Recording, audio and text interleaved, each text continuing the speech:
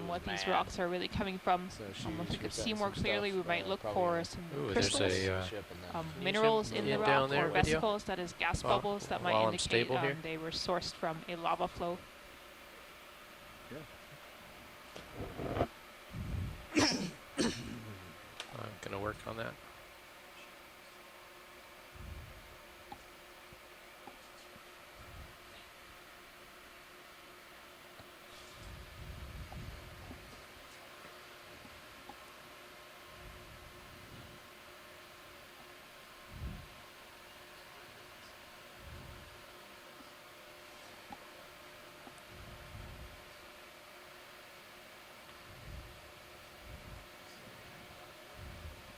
Got to tighten up the shot. Okay.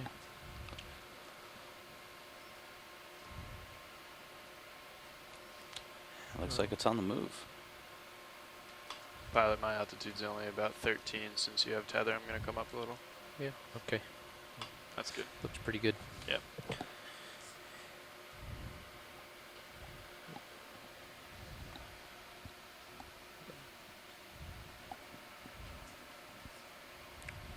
Are we on standby? I think we're on standby with the ships changing their head, right? I think so.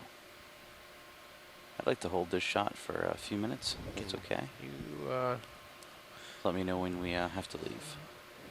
So we can see this We're sea stable. urchin that we're imaging here. You can see it moving, and you can see the spines actually articulating. If we look closely, you see that at the base of the spines, there's this raised surface to the test or the shell of the sea urchin, a little tubercle, and there are muscles that articulate with the spine. So the sea urchin can actually control the motion of the spines and use it to help itself move over the bottom.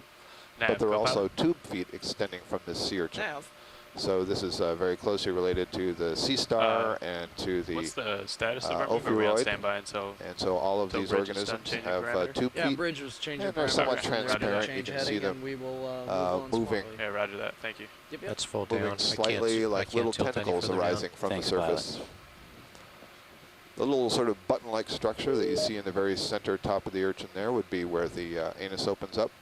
Inside these urchins, the mouth is oriented towards the substrate, and they have a very long coiled intestine coiled up inside that test. Okay, going wide. It's very nice.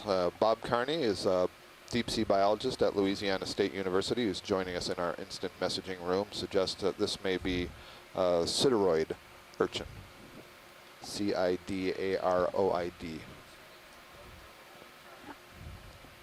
That would refer to a family of urchins.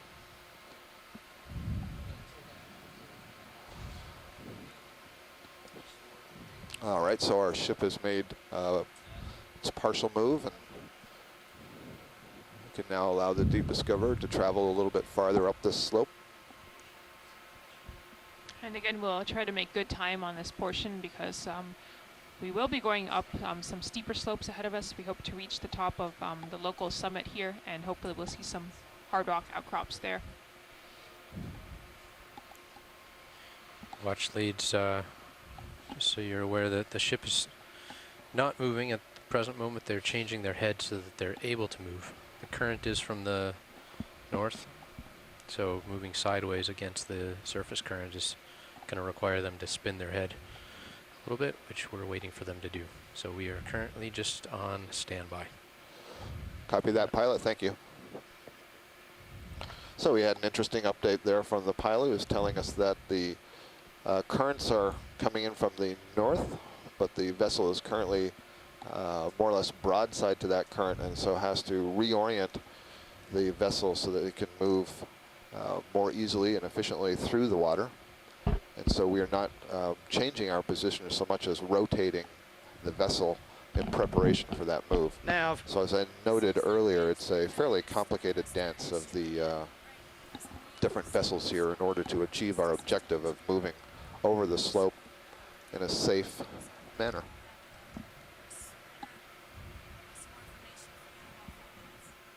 Roger that. No worries. Just let us know. No big deal. Thank you. Can you ask the bridge if we need to come off bottom, or are they in a stable are they holding position? Will do. Bridge nav. Hey, do we need to pull the vehicle off the bottom in the current scenario, or are we okay to sit where we at?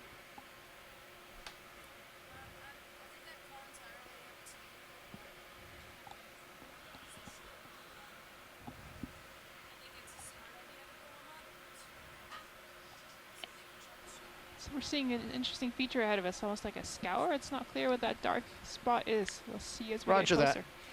Thank you. I copy. So we're going to raise the vessels off the bottom for a short time here as we get the vessel into position. What'd you find there? Let's just zoom in on this, and maybe you can spin. What is this? It looks like a rock, maybe some spin right scaling half a behind it. turn, and does. we'll go It is a stretch out rock. mode as we come up. Yeah, Do you It want to is a stretch rock. out? Or do you we're just want to come pretty up? much stretched There out, so does you seem can. to be a little bit Okay. of scouring around the base of it. Again, those Well, currents, I bet. Yep. Looks like Yeah, it's I do, pretty because well if the ship manganese lost it, they would encrusted. drag us west. Sure. We'll See do a if we can quick get zoom, closer and then we're view. going to leave the bottom. We got a Something call on from it the is bridge. They are French? troubleshooting an issue with the stern No. thruster watch leads. So I'm very sorry to say we're going to see blue water for a few minutes. Copy that, pilot. Camera's working the stone, and just let me know when we have to break off. I'm going to tilt down a little Looks bit. like a sponge there on that smooth rock face. Some very small brittle stars. And oh, very tiny little black coral. Look at that. Oh, that is tiny. Wow. Yeah, yeah, perhaps a little amphipod or something. Oh, that can't be more than Okay. If that's Chris. something they want to come back to, we 2 can have a centimeters marker, tall. No, we won't have to come back to that. That's Okay. good. Thank you. Drift up in the water. Thanks, Chris. Sure. All right, full wide, Sure. breaking off. Chris, you know All right, which so way on to shore, spin. Freedom to- Yeah, while do the you want vessel orients Yeah. itself, Do you want me to keep just eyes to on make you, or sure just go that ahead we're and spin? all in safe position, we're going to come up off the Should bottom keep eyes for on me, a little bit, and if we lose position, you can do a and we'll quick spend 180. some time looking Copy that. How's to that see sound? if there's That sounds any good. It's pretty stable. Yeah. zooplankton or If we gelatinous see something plankton in the or water fish column, that I'll are have hanging in just the enough water tether column, and- and we'll get some good images of that for you. Yeah. That's a And good when we idea. get the word from the bridge, we will be able to settle back down onto the So I came surface up, of the seamount here. Let's, So please stand by. let's come up 50. come up 50. That's pretty far away from anything nearby. Yeah.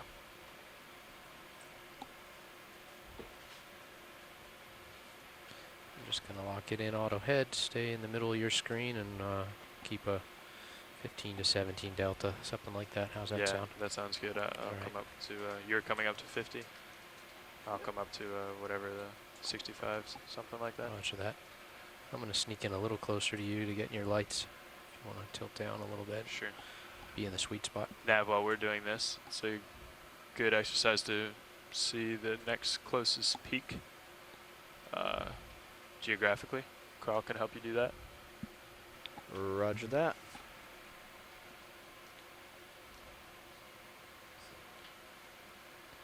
And we should also stow the swing arms in Roger case that. we get dragged through the water quickly. Agreed. Okay, I'm at 20-meter altitude, Copy. coming up. Just gonna punch it in auto XY here. Sirius's video, mind if I get a tighter lock on the vehicle? Go ahead. Yeah, hold there. Don't go any tighter than that. Yeah. I'm gonna close the swing arms as Yep. well. T2 passing 30 meters altitude.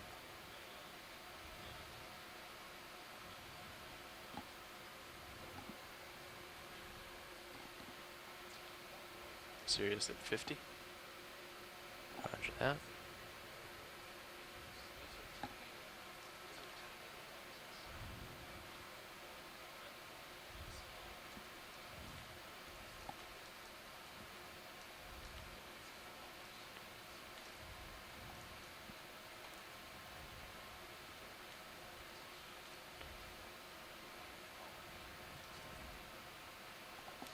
Okay, slowing down, 47, 48. And I'm at Alright, 65. I'm gonna punch it in auto depth and hold. Sorry, Jared. Lost you. Copy that, pilot. Okay, I've got good altitude lock. I'm just gonna keep it auto head, auto depth, auto XY. unless you drift, and then I'll follow you. Roger that. I'll keep auto head on too for now. The co-pilot. Go ahead, Nav. All right, so in between us and waypoint 2, which is where we're headed, the total rise is approximately 30 meters. Okay.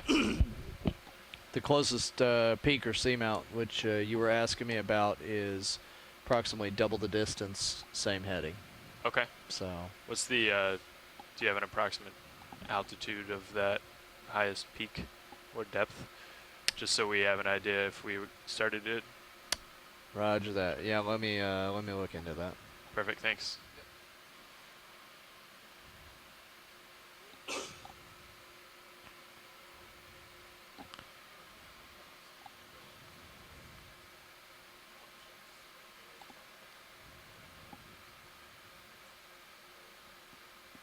Just gonna come down a couple meters to make delta like 16, 17. Okay, I can come up too if that's easier. Let me just come up a couple. Done. Done.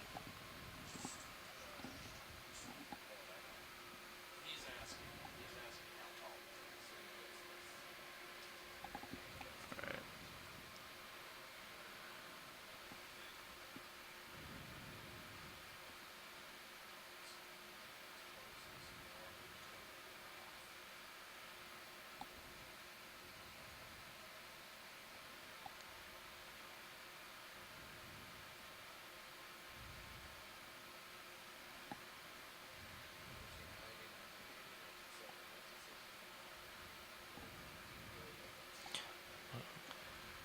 Okay, securing valve packs.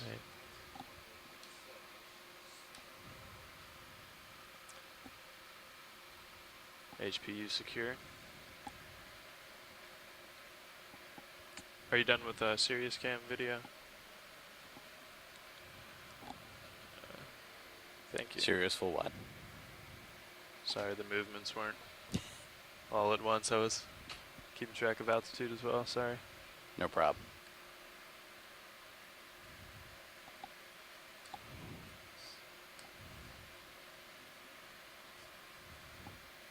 Co-pilot. Go ahead, Nav.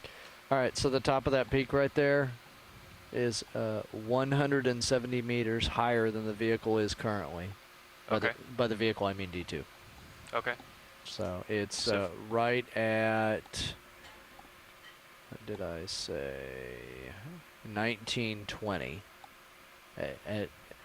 At a depth of 1920 meters, you'd be safe.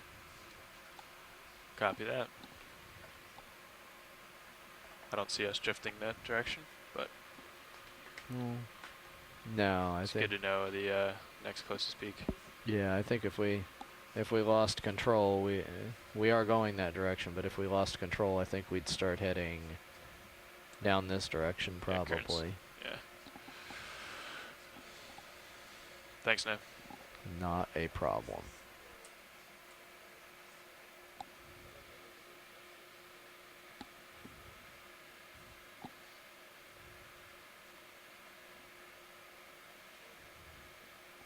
Just notice with the swing arms in, the flare on the camera Yeah. increases. Yeah. They're tipped out, right? Yeah, I rotated them. I might not have gone all the way. I can try. Just curious, because that flare is pretty That bad. flare, yeah. I'm looking way up right now, but You keep it there, see if we can get it out. all right, I'm gonna tip it kind of straight ahead or a little down from straight.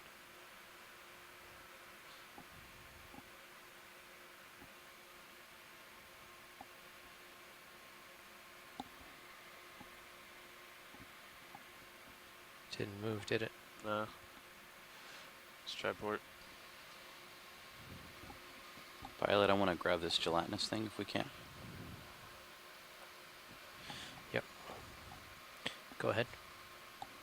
We're getting a zoom here on possibly a larvation.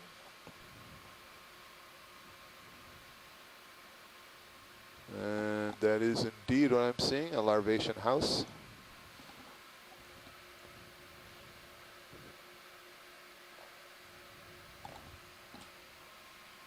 Let's see if we can little closer.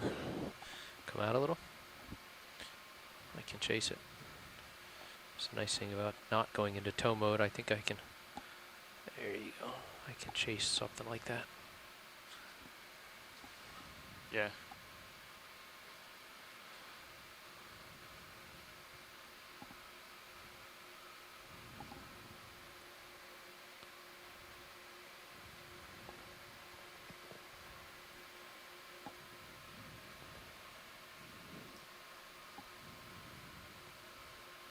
Yeah, the lowers are full out.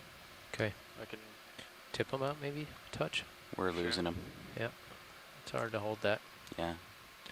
Yeah, we're not going to be able to get that. He's pretty far out there too. I can't stretch out. Yeah. That's the only limit. I can't stretch out too far. Just went off, I think, to the left, off screen to the left. They're out. They're out just a little bit. I'm not sure if they're outboard.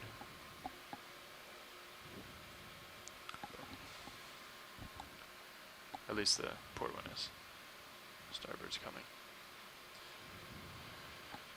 Boy, the starboard rail cam is really hard to see anything in, isn't it? You can see this lower swing arms a little bit there. Port rail, it's Port. tipped out the tiniest bit, huh? Yeah. Yeah. Let's see. This helps.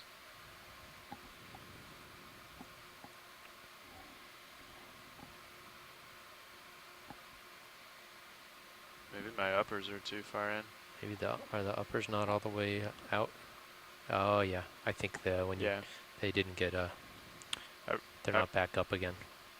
They're still facing downwards. Yep, you just fixed one of them. You see that? Yep. That's gonna do it. I rotated them back. They were facing all the way in, so I rotated Yes. them a little bit, but I didn't rotate them far enough. Ah, that'll fix it. Yeah. Look at the goo on the. I saw that. Pilot, can we take a quick peek at that goo Sure, while we're here?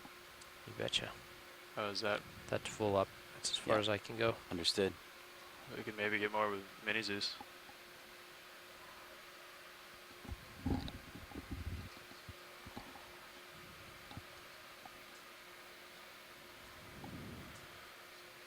You good with the goo? I'm gonna tilt back down where we might see something float by. That's way better, Chris. Look, there's no more flares now. My apologies.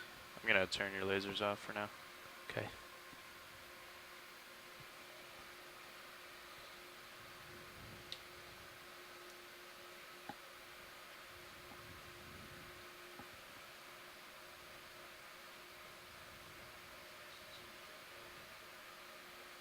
Yeah. Why is the port rail cam black and white, and the starboard one?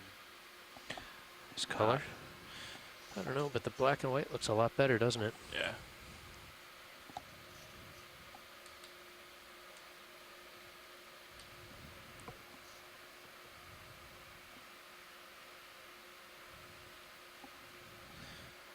Nav, can you zoom in a little bit on high pack? Are we actually, is the ship moving around at all, or are we holding station? Just want to see the cookie crumbs. Yeah, it seems like we've drifted just a tiny bit, but let's see. Yeah, That could also be a heading change. oh, we're 30 yards total of movement, so we're just hanging out in this area while they are working on it, and of course I can zoom in.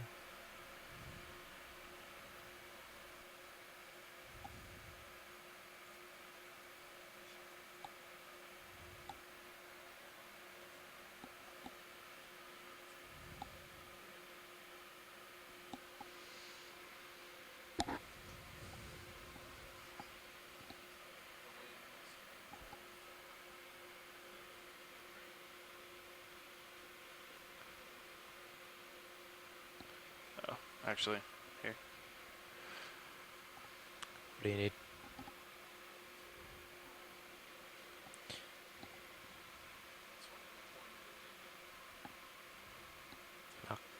quite right, is it? No.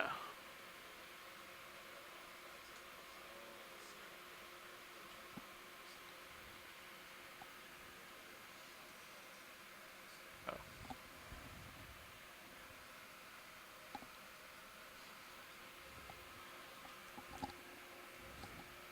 Video. Oh, he's not gonna cooperate, that fish. I do see another gelatinous thing out in the distance. I'm gonna try to get a little closer. Okay. Yeah, we got to there. Actually, there's this little pink thing floating right about to float through the center. I'll try to get it in there. We'll go ahead Little and on. jumping motion there.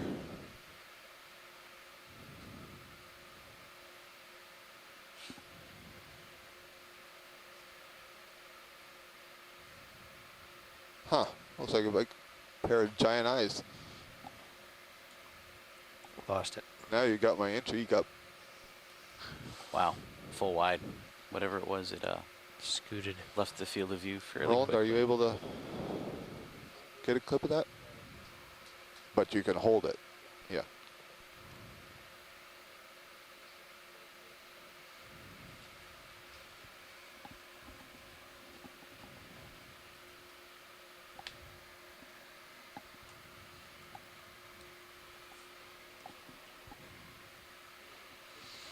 Okay, if I use mini Zeus Yeah. briefly? No, go right ahead.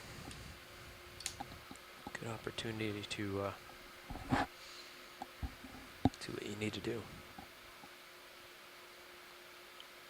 Just want to get an idea of where the lights actually, the angle that they're at.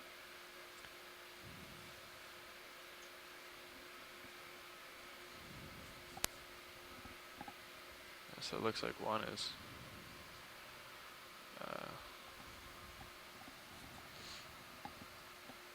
stowed more than the other.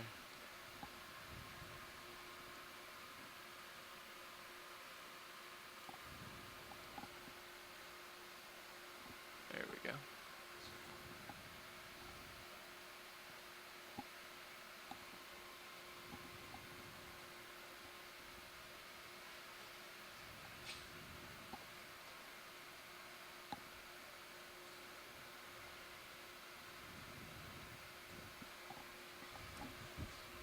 Video, you want to try to zoom on the goo mini Zeus?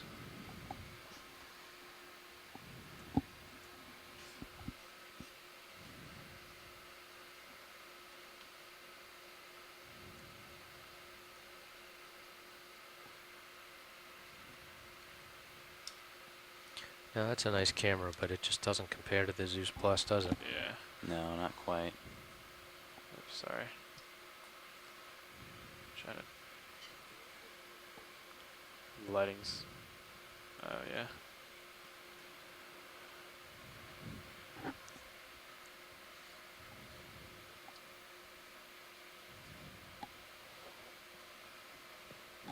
Sorry, I was talking to Roland. I'm not sure where we're looking right now.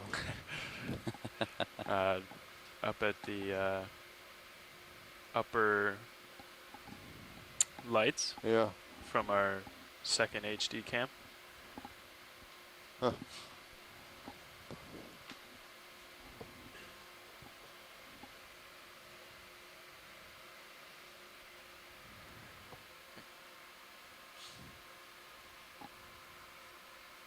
Oh, sorry. Whoa, hey. Just trying to light it up a little bit, not that much. I know how some of the fish feel.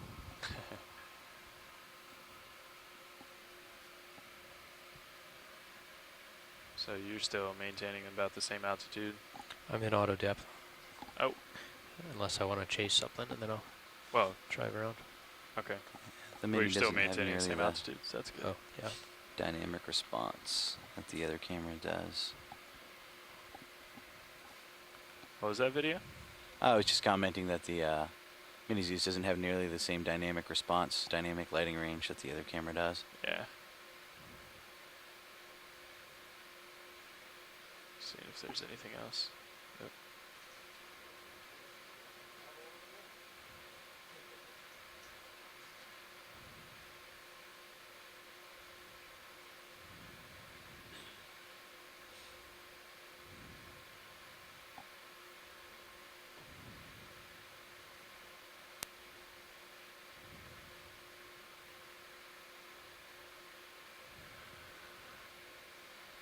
All right.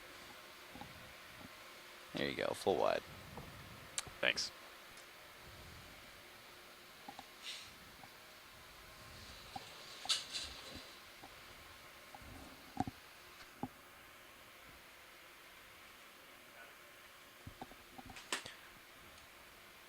See if Dave knows anything.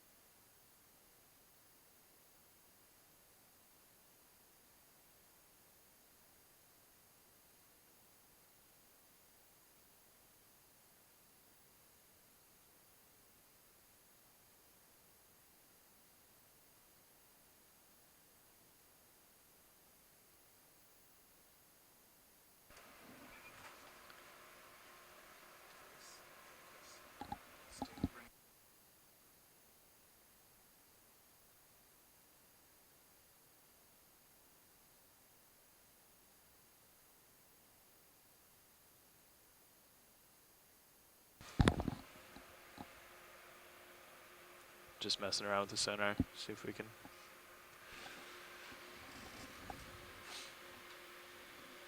see anything.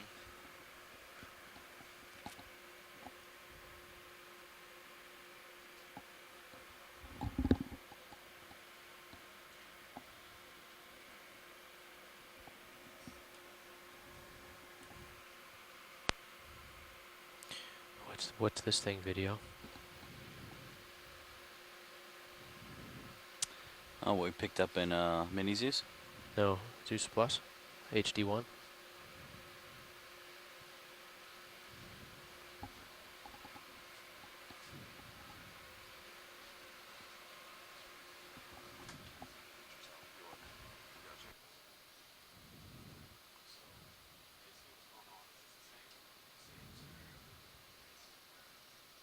I have no idea.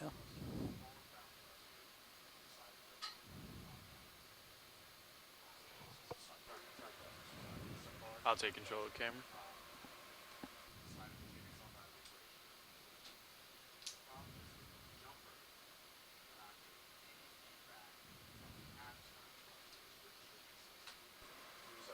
We lose a video. We did. Mysteries of the sea.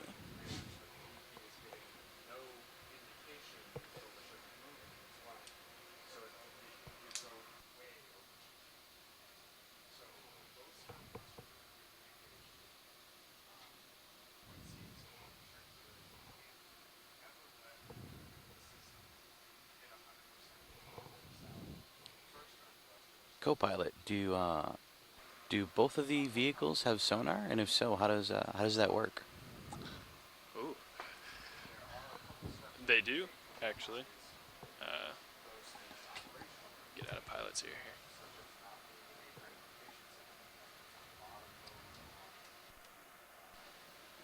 here. Yeah, both vehicles have sonar.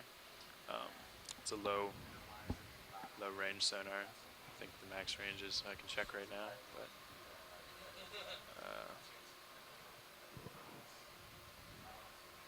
max range is, oh, it actually goes out a fair ways, but we can take it out to 300 meters if we need to, but we normally keep it less than that because we're using it for situational awareness and to get returns and interesting potential targets to go investigate.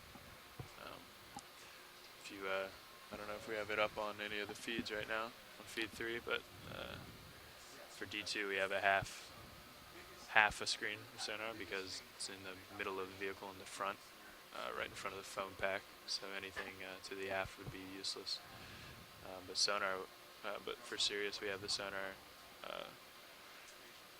that is 360 degrees, so we can keep kind of an eye in the sky, look at everything. And sonar itself is, if you want to know how that works, and could take a while, but basically using acoustic pings, the sonar sends a ping through the water and takes times how long it takes to get back, and then from that time they can the software deduces how far things are. So we use that for targets, not only to see how far they are, but also to see how wide, tall they are. We use it a lot when we're on walls. Sirius sonar is a good indication of where the vehicle is in relation to Sirius and close by features. And D2 sonar we usually keep in a little closer, anywhere from 5 to 50 meters, so we can get an idea of the range of the tether, so we can go see some targets. Great, thanks. And I've often heard you guys talk about hard returns and soft returns. What does it mean when you say that? So a hard return would be anything that's hard. It's rocky, or certainly metal would give a really hard return, but usually it's big boulders or rock face gives a really hard return, and the sediment sort of absorbs some of those beams, so you don't get near as many back as you would off of a hard rock face. So that shows up really well in this sonar arrangement. The brighter colors are harder returns, the way that we have it set up, so it's pretty obvious when you see a hard return. So it gives you a bit of spatial awareness, but it also gives you some clues as to what's out there. Yeah, exactly. Not only just where it is, but what it is. Yep. That's fascinating. Thank you very much. No problem.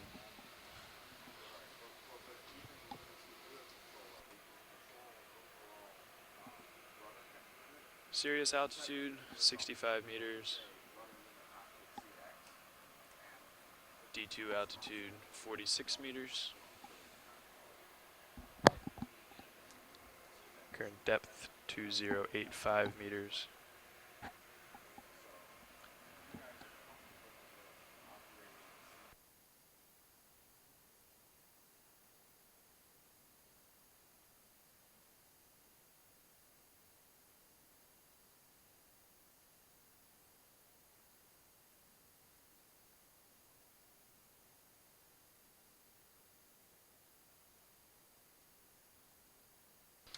Can we get this rolling? This siphonophore colony? Thank you. Pilot, can we chase this siphonophore? Yeah, we're as soon as pilot jumps on and tilts, we can do it. Yep, I got your camera.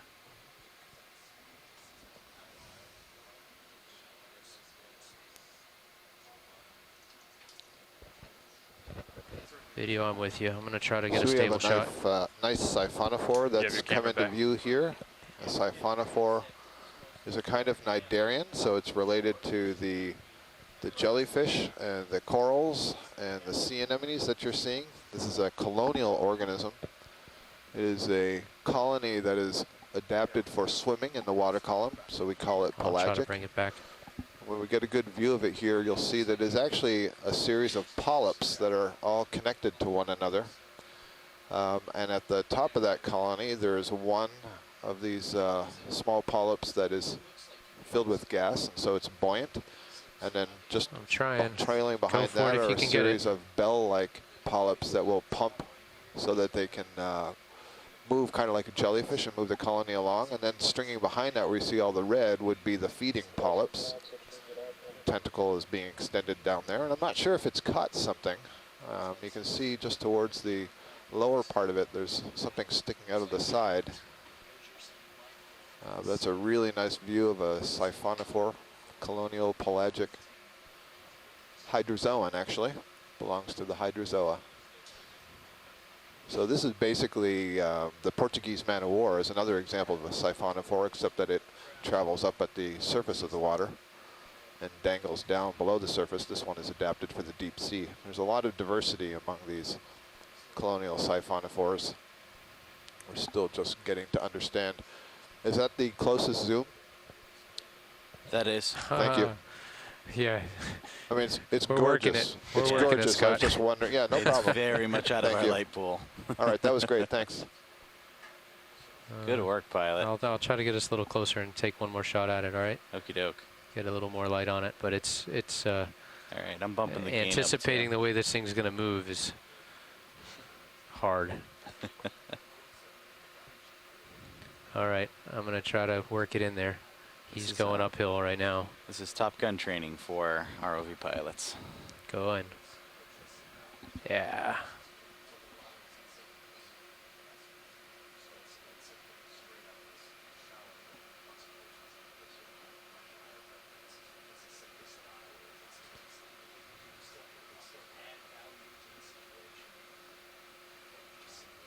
Ooh, was that a digestive matter?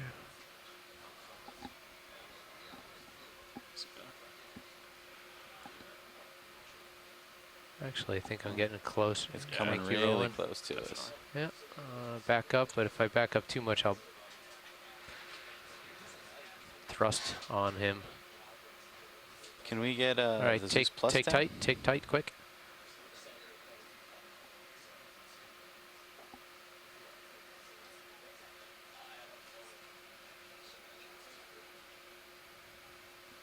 How's our delta?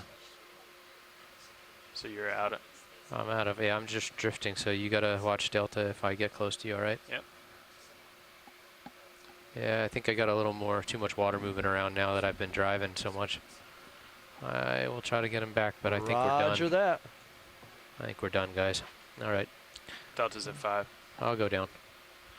Think we're done. Nice flying, pilot. Thank you. No, that was done on that siphonophore. No, what was it Roger called? A siphonophore? Yep. Yes.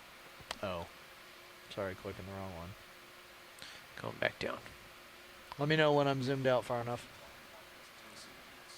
Till we see the peak's eye.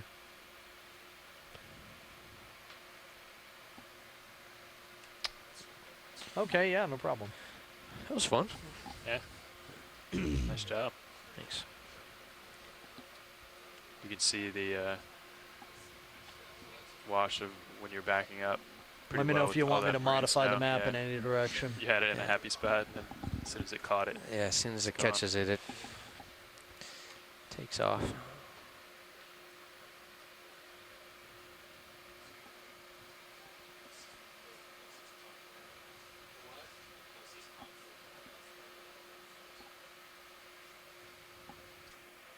I'm just gonna come up a little bit more. Pilot, I guess pilot and nav, when you're ready to talk to watch lead, let me know. Go ahead, watch lead. Pilot's ready. So Brian was just kind of updating me on the status, Yes. and from our perspective in the science, it makes sense for us to continue in the direction that is of most ease to the vessel, and so that would mean kind of east, maybe just south of east, heading of, I don't know, what would that be, like 100 or so, 100, 110. Basically uphill. Right, yeah, exactly. So if you guys are willing to put down some new waypoints so that that's our general direction, then that's good with us. Sorry about that. I'll fix that. Okay. I guess if Brian's still back there, we just need to get a consensus when the bridge is in a state that we can get back to bottom and move. I don't have a good sense for that right now. Copy that, yeah. I think he's gone out to discuss this with the bridge, et cetera. Okay. Great. Thank you. We're standing by looking for more gelatinous critters.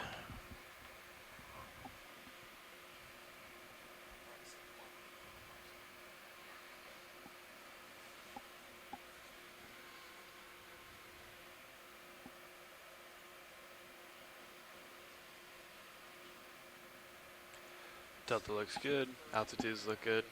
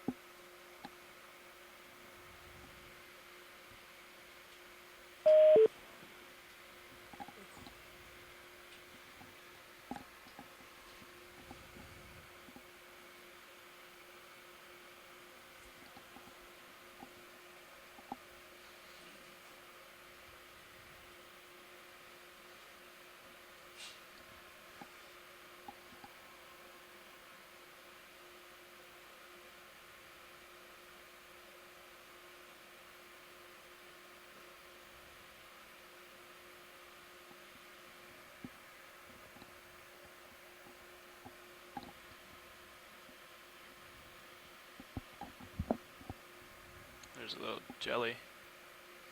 Okay, I'll take that. I'll try to get in there. He's floating uphill, so I'll follow him. Good eye. Let's hold on, zoom, please. Let me get a little closer.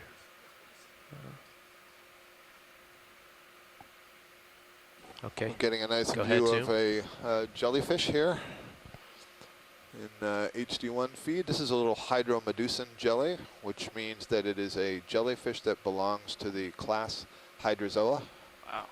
Wow. Which means that this is actually more closely related to that siphonophore colony we just saw a few moments ago than Coming it up is pretty to fast, the true Chris. Just jellyfish. be The true mindful jellyfish of would have delta. longer tentacles and some other He is aspects sneaky. of the morphology of that bell. The Super bell is what we call tight. that structure Am I that too is close? the muscles are squeezing in order to make it Come smaller wide, and jet please. water out from underneath. Full wide. The mouth is enclosed within the center of that bell. He wasn't making a steady move. I think Could he was. track him very well.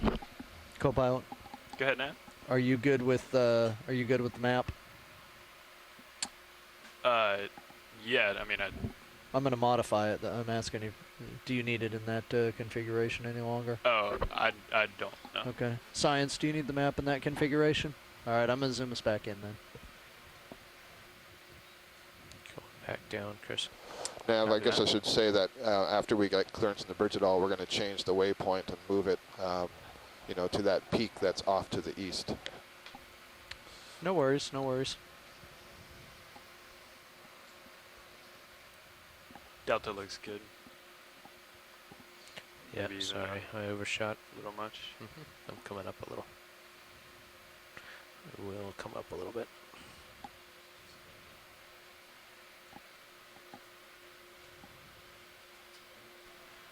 Nav.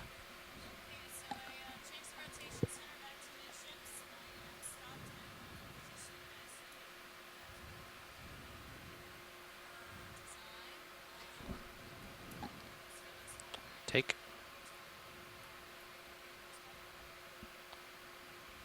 Rotating over midships, stationary, and Hey, can we get a zoom on we'll this? I'm assess sorry, I and wasn't I'll paying see what attention. I the was team reading. wants to do. Thank you very much. We are zooming, Scott. What We're way on in there. earth is this thing? This is in the water All column, right, pilot. right? So did I'm you just pinching myself here. Copy all? bridge. Yeah, Yeah. we'll take Okay. this zoom and then we'll head down. Roger that. So pilot / science, let me know what you want to do so that we can proceed to where you want to be in the near future. Nav, can Thank you, Nav. First, can I just want to get a look at this, but we will be moving more to the southeast, that? probably at about hot? 120 degrees. Oh, that works. Roger Nav, that. let's do a test move, 5 meters at 120.1 knots. It's closing 5 with us meters, rapidly. 120. Yeah, one, let's- I just 0.1 want to I. see how the ship behaves, and then we'll head down. Roger that. Get Let me that know in if the that's works. Too hot, video or pilot. Bridge RV nav. Oh, that works. So I Hey, can't we're tell gonna if do this is we're gonna do a test move. colonial something that is bound up Hey, some say, mucus from a larvation house or Todd, something, say again perhaps? direction. 120.1, 5 meters. 120 I. 5 meters, bearing 120.1 knots, please. Well, we'll certainly get a clipping of that and see what we can make of it later. Yeah, I lost it. All right, did you copy that? We're doing a little test move just to I did. make sure the ship is happy as a camper. Yeah. Happy as a happer camper. I rotated your swing arms in. Okay, shall we just go down real slow and I'll get out to the, I'm pretty much out of close to 120 already. I'll come around to the right a little bit more. Okay.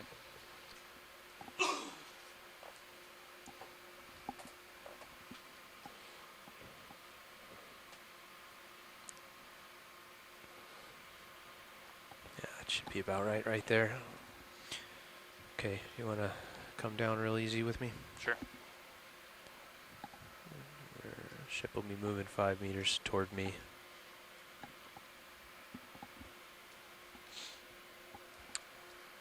I'm only coming down at half normal speed, 15 or so. Okay, copy that.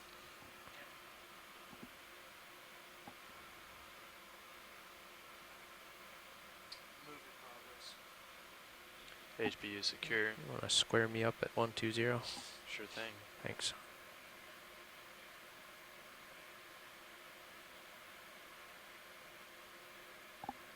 One 2 0. Looking good. Looks like the ship's moving nicely on that move, isn't it? That's a true statement. Where would you like it rolling? Down and forward? Oops. Oh, sorry. No, you can do it. I'm coming down hard here at 23 Delta. Copy. I was just going a little too slow for you.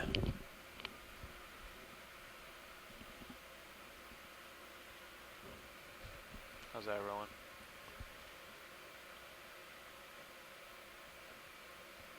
.25 off bottom.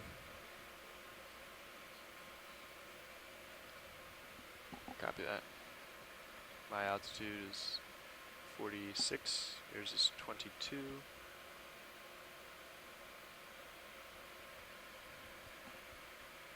Yeah, Roland, if you just want to keep an eye on it and let us know, we can reposition.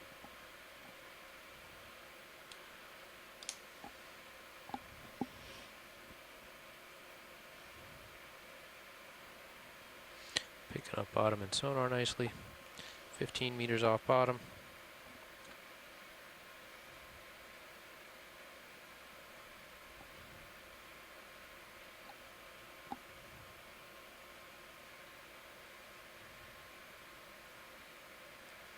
I've got visual on bottom, I think. Sirius altitude 30. 32. Got visual on bottom through Sirius HD. Yeah. Not sure about. We're full wide on D2 HD, yes? Full wide all cams. Thank you.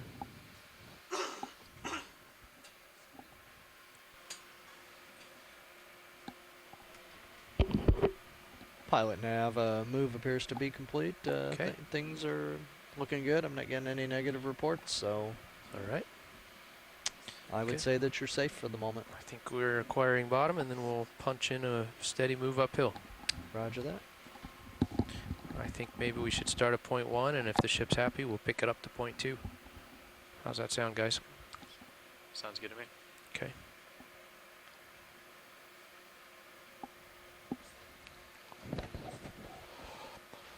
Hello on shore. We have resolved our issues with the vessel and are getting ready to Tether's catching back up. resume our transect. As we get good. down back to the bottom here on Retriever Seamount, we're at a depth of 2,128 meters, approximately 2 meters, flying 2 meters altitude Okay. as we get a little bit lower. Step that move in. The ROV right I'm good when now you're good. is pointed in a heading of 119, so looking Nav. towards the southeast. We are altering somewhat the Ship move complete. original Everything dive looking track good. that we had planned, which was moving up towards the northeast, and now to better deal with some of the constraints of the current and the Bridge now, just to double vessel check that everything challenges function to as you move. desire. We are going to be moving up to the, we're going to be moving upslope onto a somewhat smaller feature on the top of the seamount here, and that direction will be in the southeast.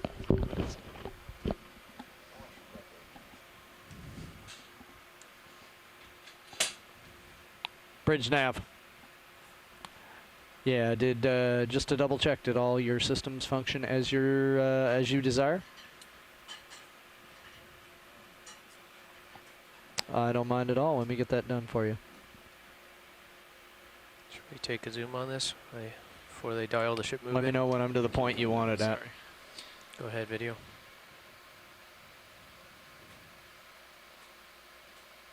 Is that a cup coral? We are looking at a close-up of an anemone, I believe. And the anemone is somewhat contracted, and I can't tell, is it caught a jellyfish?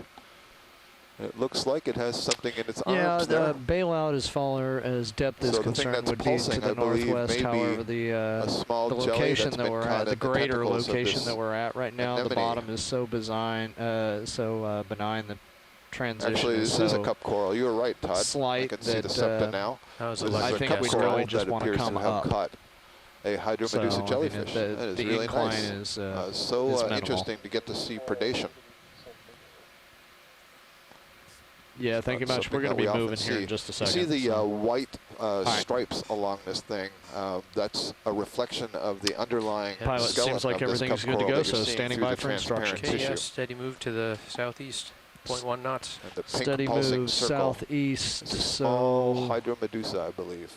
I can see a tentacle arising off from the right.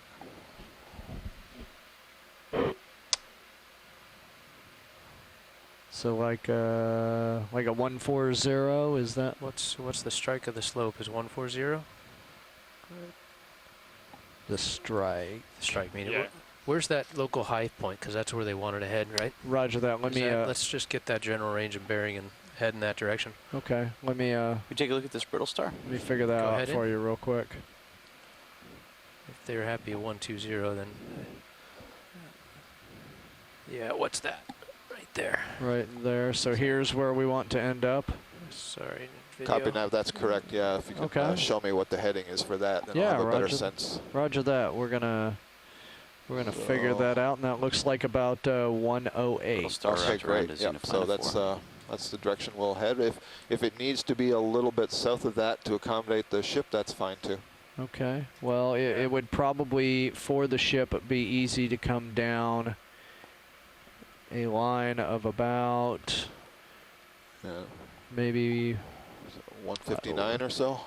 no, about 130, 130. and then from there, if we're looking to go up that peak, then make a turn to the port and Sure. Let's do the And climb 150, the 130, because I see that's also on this a bit of a ridge instead of being in that little bit of a gully or a chute. And Yeah. So let's make it that direction. okay, will do. Sounds like a good, safe opportunity. Thank you. Roger that. Hey, pilot, how far did you want the first move to be? Or I don't know. Let's just dial it in 200 meters and make it steady. okay, I mean, what do you Roger got? That's that. 850 meters. That's so 850. So Yeah, 130, 200. 130, 200. Roger that. Bridge RV nav. Yeah. Hey, could we move the ship 200 meters, bearing at 130.1 knots? We'll start at 0.1, sure. Start. Yeah, that sounds. So maybe we'll Yeah, pick that it up. sounds fantastic. That would be fantastic.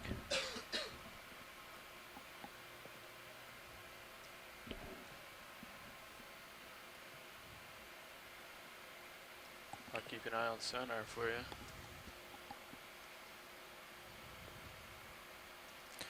Anything interesting in within the tether radius here? I've just been kind of looking around a little. Wait for the ship to move. Not that Yeah. I can see, really. It's going to be a few minutes before we start moving. Yeah, there seems to be a lot of brittle stars almost partnered up with Xenophophores. I'd love to sneak in on that. Copy that. Here's one. Good observation there, Jared. We see a cluster of brittle stars, and they seem to be draped over the xenophyophores. We were describing the xenophyophores earlier as giant single-celled organisms. They belong to the group Rhizopoda. This is where you find your amoebas Okay, classified, and the foraminifera, which are basically shelled amoeba. And these are among the, if not the largest single-celled organisms that we know of. And they construct these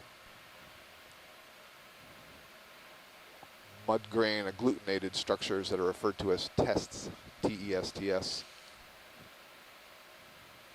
So we see 3 of them there in view. It looks like there's a little tiny skeleton of a cup coral in the front of the first one, just on the lower right there, but it's dead. So I'm presuming that these brittle stars are feeding on material that is associated with these xenophyophore tests.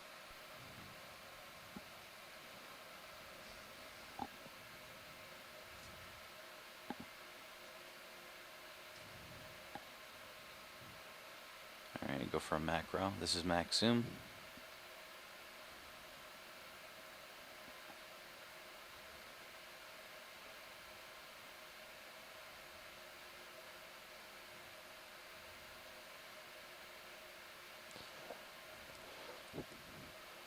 You can see that this test looks like it's got a series of tubes or plates.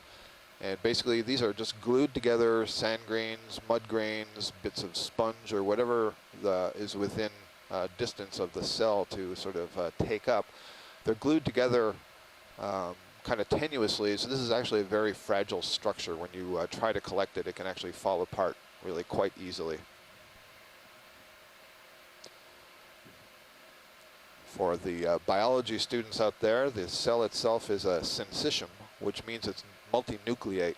So basically what's happening is as the xenophyophore grows and ages, that cell is getting larger, the nuclei are dividing, which is always what happens. The nucleus is the part of the cell that has the DNA.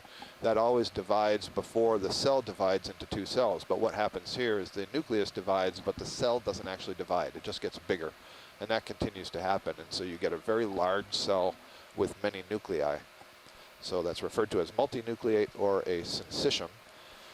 And I haven't actually seen it before, but if we were able to see close enough, coming out of the openings in that tube would be part of the cell. This is where the membrane would extend in order to pick up the organic material or bacteria that the xenophyophore feeds on.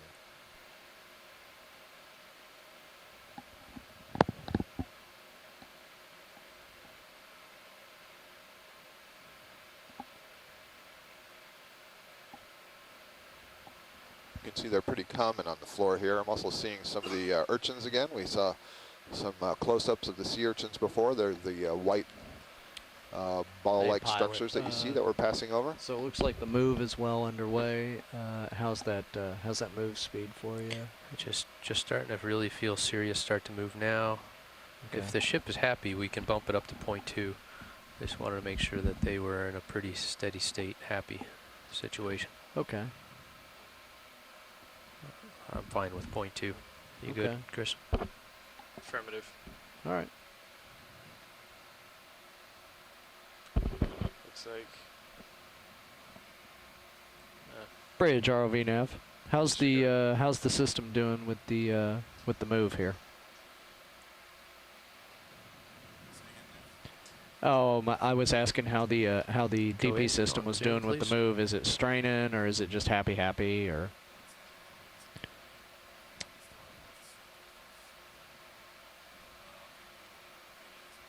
Okay. Yeah. Hey, if possible, we'd like to speed up to 0.2. See it at 7 o'clock, pilot. Go I ahead. see another cup coral here in the center. Can we pan down? And maybe Okay. there's a Seriantha Okay. tube anemone that's Well, we just definitely about want to be 2 safe and keep o'clock things from that going, cup coral. so There's another polychaete a scale worm factor. here on the Roger that. left side. You can see that it is purple at the anterior end, and then it gets a little bit red. And getting a nice close-up view here, you can really see those parapodia wells. So the parapodia are the names of the paddle-like extensions of each of the segments. So this is a polychaete worm. It's related to the earthworms that you find in your backyard, except that instead of being a smooth body, this has these paddle-like structures that extend from both the left and right sides.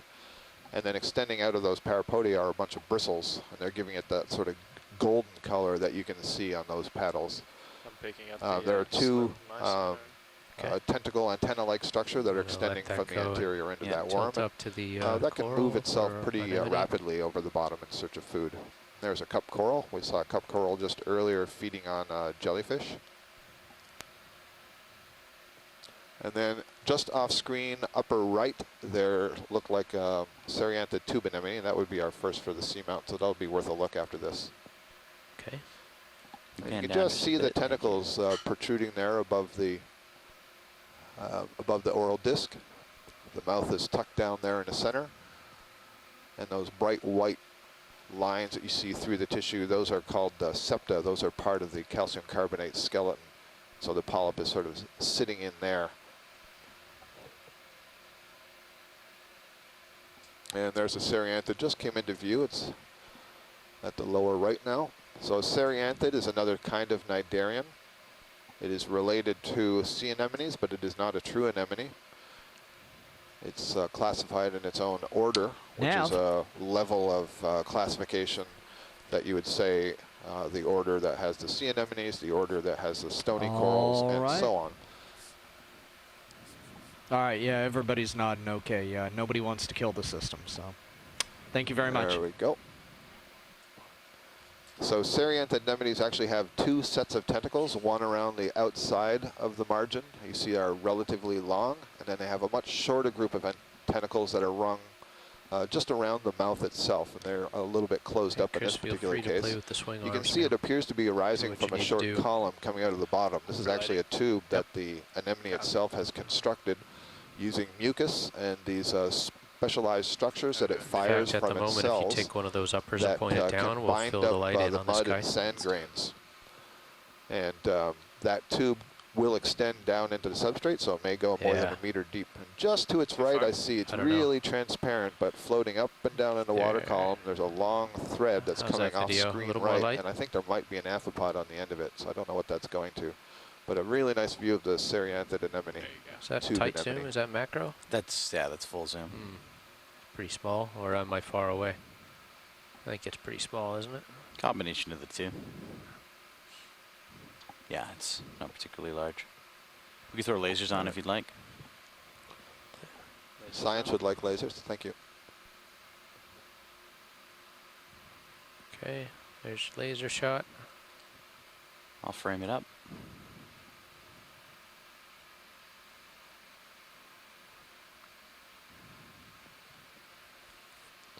After we get this right, screen right in the center on the right, there's something that's kind of pinkish. Pinkish. And I'm wondering if that's where that long tendril was coming from. It was really hard to see, but I did see a tendril, and I'm wondering if this is a little, is that a little sea urchin, or is that another, excuse me, a sea cucumber is what I meant. There's another. And you saw polychaete. another polychaete worm just swimming there. It's pink and blue. A little much. Coming down. There we are. So the Looks swing like arms it's are another pointed straight down. anemone or is that a anemone or a coral?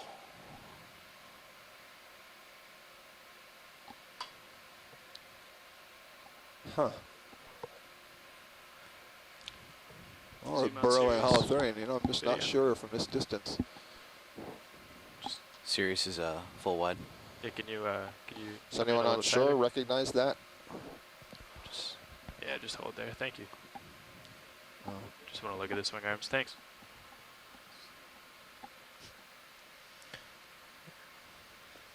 Do you want to go tighter on this video? Full zoom on D2. Okay. If you could nudge up a little bit, Todd, that would be useful. This is something I don't recognize. Okay, come on full wide. Let me get a little closer. I need to reset. Full wide. Okay, stand by. I just don't want to lose it. It's so small you can't even see it at this depth of field. Of course, I'm moving over so that I don't squish the cup coral we just saw. Okay, we'll try to get one more close view of this thing and see if we can nail down what Okay, it is. go tight. Is that it? Yeah, that's it. Little different perspective. That sediment that might help. should go away here in a second from moving the vehicle. Should blow away.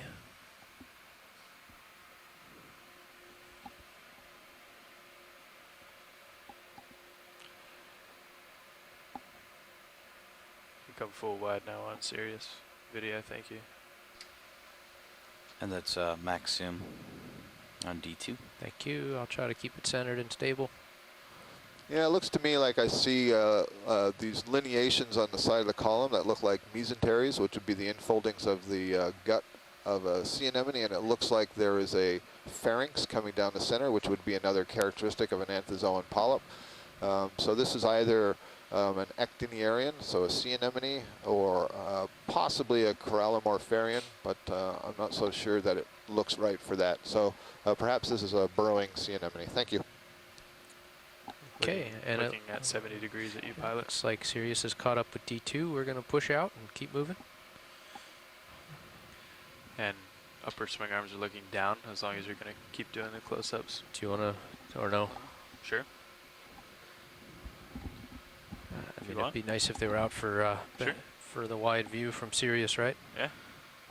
Feel free to be ready to move them around if we need to, right? Sure.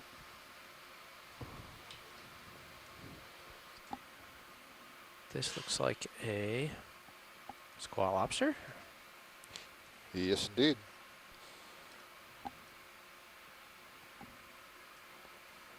Quick zoom, and then I'll keep moving.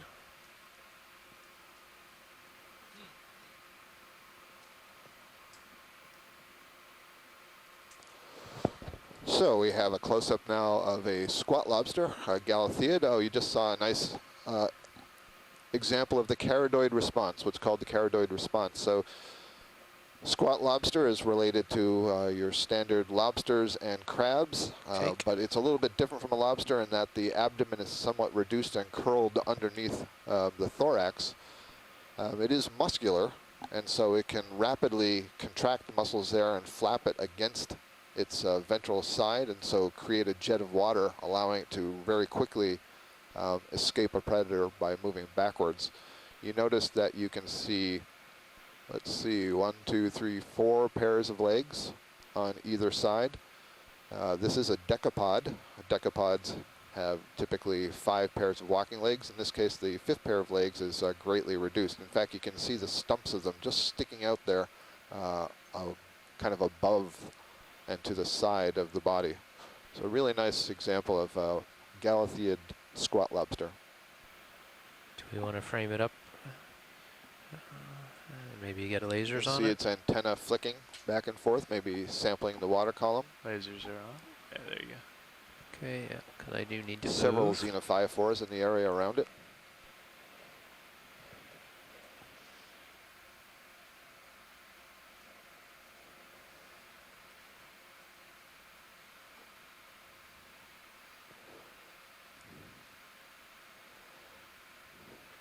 So we're going to move up here.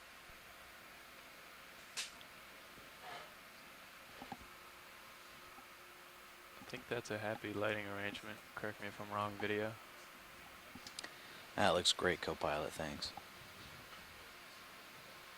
Starting to Okay. get under me a little, Todd. All right, I am going to let this drift off screen and move ahead. Going wide. And full wide. Hydraulic secure. Copy. Tilting up, pushing out. Leave lasers on. I wonder what's for lunch. I'm going to take a short break here for lunch and leave you in Susan's hands. So we'll see you shortly. That looks really cool. I love the view from Yeah. Sirius.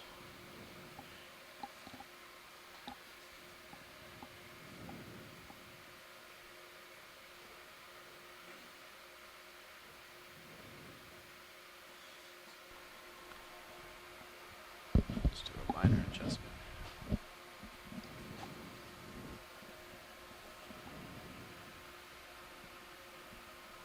So this is Susan Schnurr on the Okeanos Explorer. I had taken a brief break for lunch, and in the meantime, it looks like we've come back to the bottom here, out of the water column, after dealing with some technical issues. Looks again similar sediment, fairly coarse, lots of pebbles and fragments, shells in there. More Keep xenophyophores than we saw translating that before, I video, think. hit a rock. That's what I'm Again, going this for. interesting Yeah. sort It's going of to ripple surprise pattern. our Oh, what's this? geologist. This may be something for Scott. Aha, sea pen. Ta-da. And very nice. Here we have a large, no, I didn't mean the sea pen, but now I see, and there we have, very interesting. There we You'll see this moat that's sort of dug around it. I do believe that's a current moat. So that rock has fallen there. It may have made an Assume it will. indentation when it fell. It's not immediately clear where this has come from, so you'll see that it's covered in this dark, sort of black to purplish red, orange covering that is known as manganese crust. So there is solid rock underneath, and it is being covered with manganese oxide. Nav, can you zoom So back there in are on trace the amounts of high back to the manganese, ship, please? the element manganese Just in as long as seawater, there's no target down and here. over long periods of time this precipitates out. Let's see if the scientists have any comments on this. Perfect. Thank you, Nav.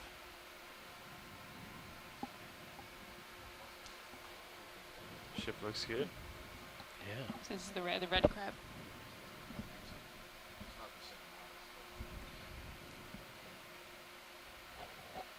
I hadn't quite gotten out of my chair, so I'm still watching here. I see a sponge here as well.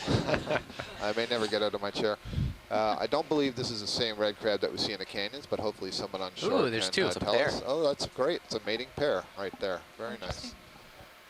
But before I go off, if after you're finished imaging this, you Now. pass those anemones on the rocks, if we can get just a brief close-up of those, because they are also new. Roger that. Thank you very much.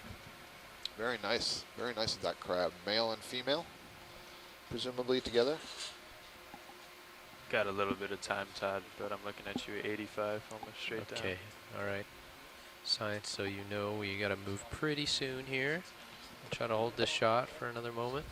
I'm going to let Copy it that. sort of drift left to Thank you. get a view of the anemones as well. And I think Scott wanted to look at these anemone, Jared. Yep, just so we were in close enough to get a nice quick grab, and then we're good to go. Well, looks like there's a nice pile there also. Once Gorgeous. we pull out underneath that anemone. That's fantastic, so I'll leave it to Susan and the geology here before we get swept away, and I really will go to lunch. Thank you. Okay, Susan, what else would you like to see? I would We'll like to finish. zoom in on the pile of shells that is just below what we looked at now. Okay. The anemone. Let's see what's down there. Oh, it looks like there is an urchin test. Not a that whole lot of white time. Round Okay, shell there. left That's here. interesting. And pteropod shells. So again, gastropods, shells. It's interesting. It's possible that the current, so what we're seeing here is an Okay, excavated video. moat around I'm this going to just rock. a large drift over boulder. this rock on the way out. We need Pretty to push interesting out. how deep that, how deep it's been excavated underneath it. So I I'm gonna imagine that tilt up a this bit. either was dropped here or tumbled down from above. Currents swept around it and sort of carried away the sediment, leaving that moat. So we're going to continue up the slope here, see what else we can find. It looks like from the Sirius view we have another boulder ahead of us to the right. Let's see if we can pass by that.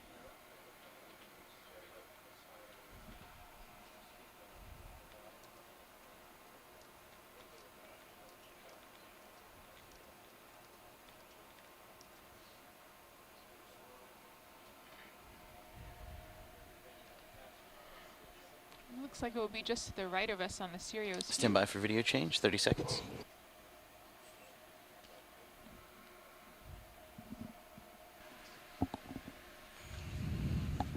Here on the left, can we get a quick zoom in, or are we moving too fast? We need to scoot up just a little bit and get ourselves some breathing room here. Okay.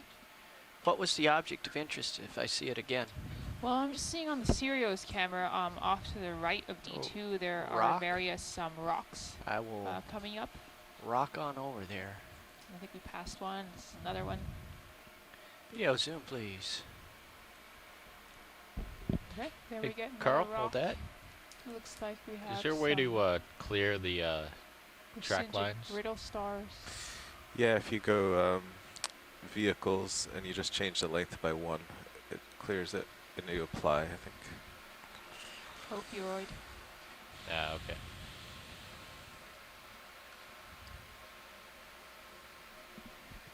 I have a report of a fish to the right.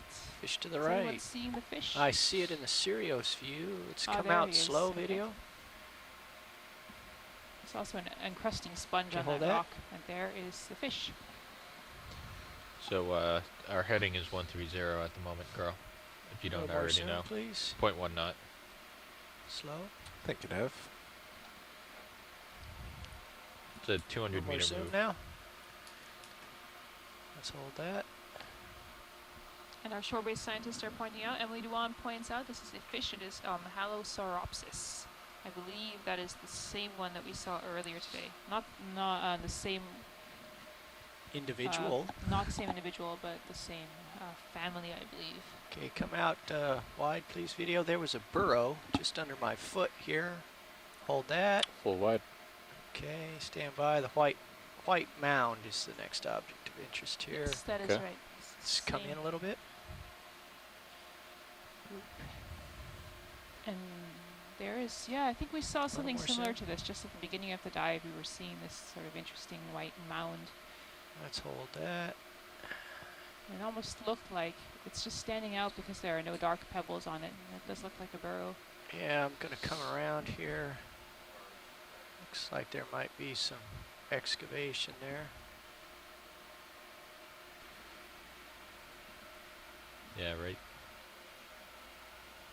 It's pretty big.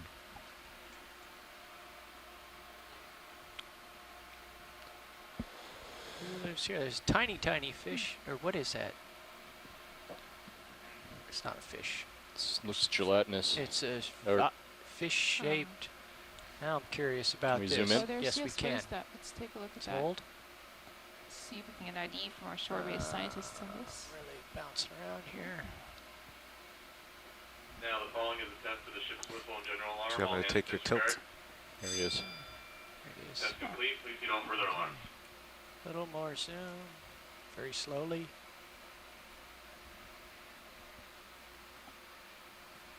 Following, a little more zoom. Oh, good. Hold that. Holothurian, possibly?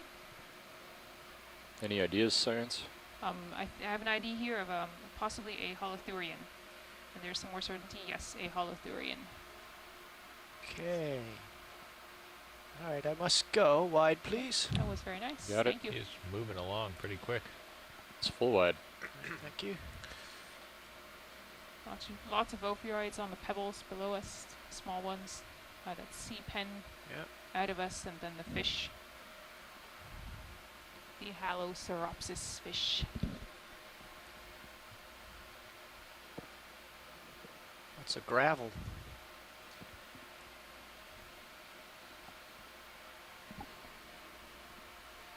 Something over here.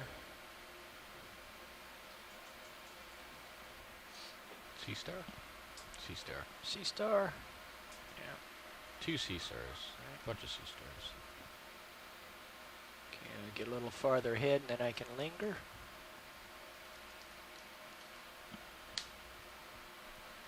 Sea stars everywhere.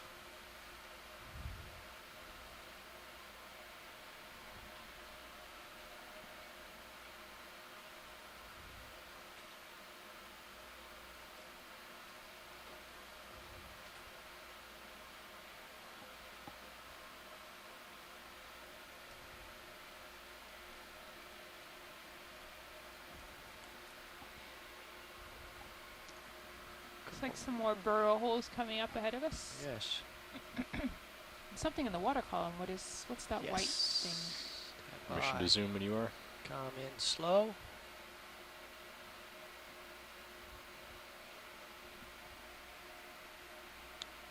Oh, right in the laser.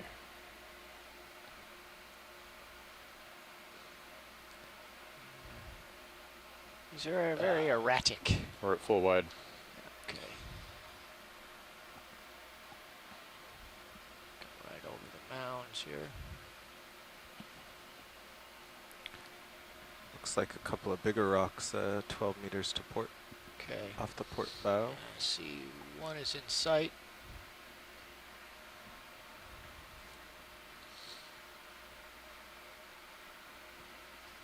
Is this the Holothurian again?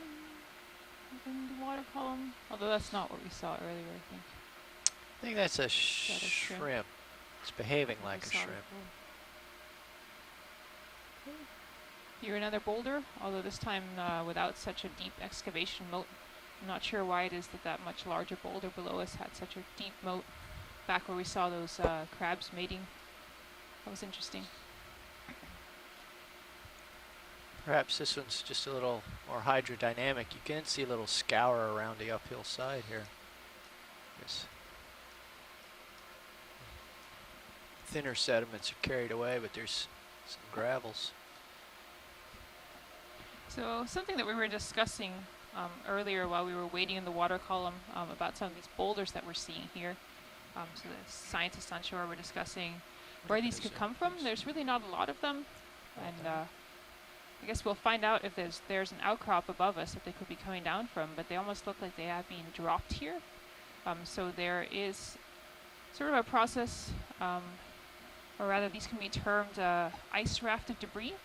Okay, And that is when Come glaciers on the continent, so during periods when the North American continent was heavily glaciated, and at times when that glaciation was sort of fading away, Two in your sonar look pretty glaciers tall. would calve icebergs out into the North Atlantic, and those icebergs would carry with them large blocks that had fallen on them while on land. And so they actually distribute these large boulders of continental material far out to sea. It's possible that that's what we're seeing here, a drop stone that has been dropped when that iceberg melted. But there's really not a good way to confirm that because we'd have to look at the type of rock. So again, the type of rock that we expect to find on the continents is granite. That's a light-colored felsic rock. And the type of rock we find out here is dark-colored, so basalt or gabbro. And so with the manganese crust covering everything, it's really hard to say anything about where these rocks came from. Some good-sized corals. Looks like a crab at the bottom too. Yep. We've got plenty of time. Okay, looks like we have some corals on this rock here. Let's take a look.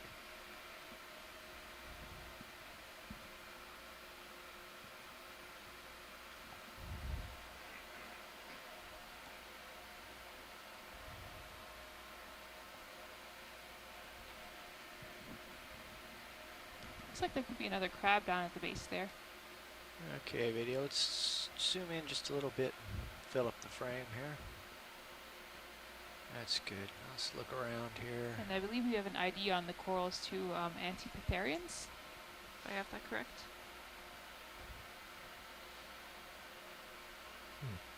Okay, there's quite a few associates in the near one. Let's go for the right-hand coral here, Dan. Swing this around a smidge. Okay, come on in some more. So that would be black corals.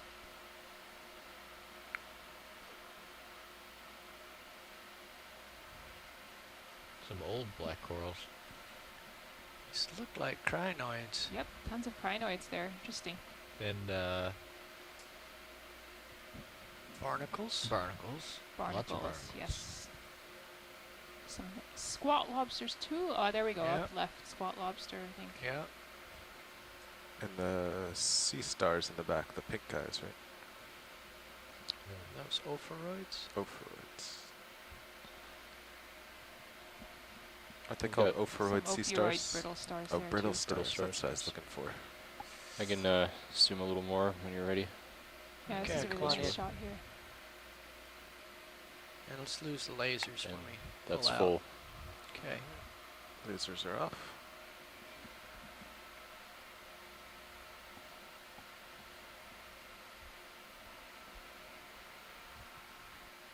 Okay, Carl, if you'd assist me with tilt. Just Sure. want to work our way down slow. Let me know when. And one of the shore-based scientists points out hydroid Okay, let's go down associates. now.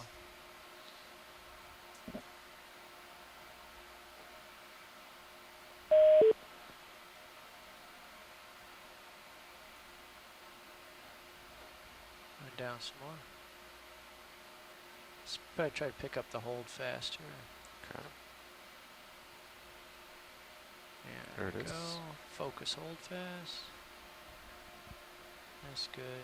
And then tilt up a bump or two, Carl, and then we'll come out slow video and Get make some lasers on the base. negative. We get a beauty shot here.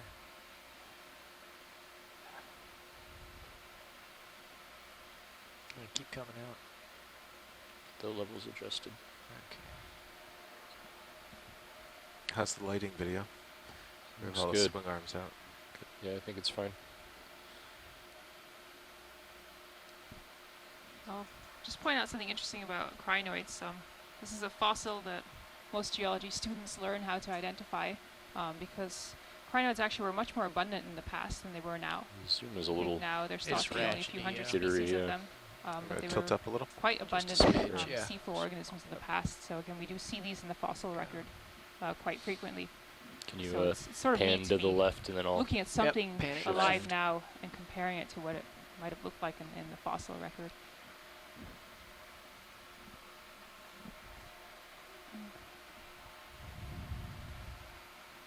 I'll tilt up to frame that. Okay. Let's zoom in and check out the associates there. Something interesting, the white tip of the stalk there. Yeah, there's some death I see. there. Yeah. Just bump down a little bit, Carl. Let's see what that is. Maybe a barnacle on the end. Go up a bump. There we go. It's full zoom.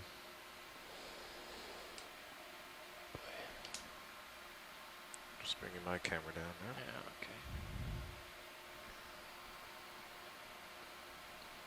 okay. Okay, Dan, let's come out a little bit. That's 1, 2, 3, 4 brittle stars. And one little tiny something on the end of a branch. Down just a smidge. Yeah, there we go. Back in soon. What is that little red fella? So actually, once we zoom out from here, I've had a request come wide. from shore to look at a small orange coral Bridge that's nav. to the right, and it's Small in front orange? of the Copy, large 100 meters. Antipatharian coral. So I Right. believe the one to the right at the base of Yeah, it, Okay. there is There a we go. small Back orange in. coral that could possibly be Bathypathes, and we'd like to zoom on that, please. What There would we you go. like That's to it. see? Keep coming down. That's the one Ah. there. There we go. Ready when you are. Go on in.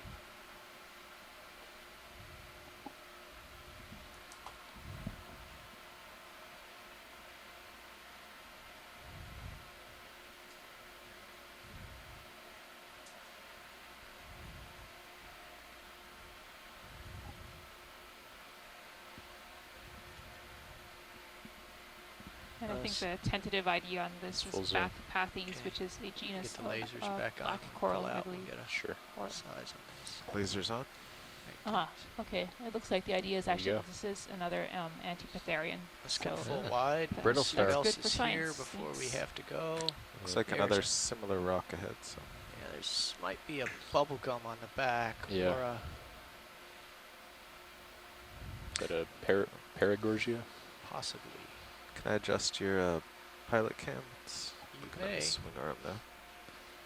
Ah, on the other side. Let's take a look.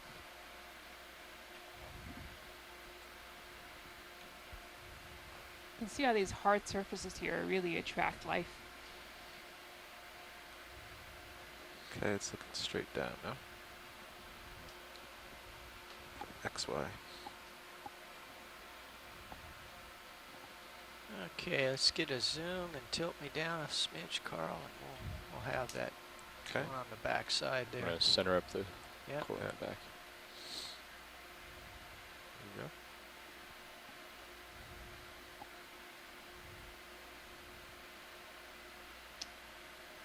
Doesn't look very Same. healthy.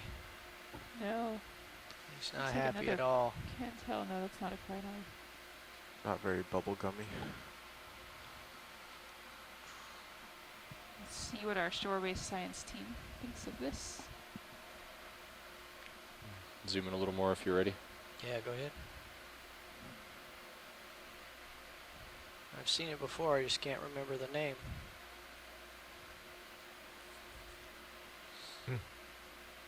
Not sure it's still alive. How all the polyps are dead So green. we do have some information here. A coral skeleton covered in hydroids, crinoids, and barnacles. So I'm assuming that it is not alive. It's the skeleton that remains. Maybe a Just little come bit wide, alive in the please. top left. The top on the left side there. I can't yeah, tell yeah. if that's Oh, back in just for the coming little white off the, smidge in the there. wall, the rock there.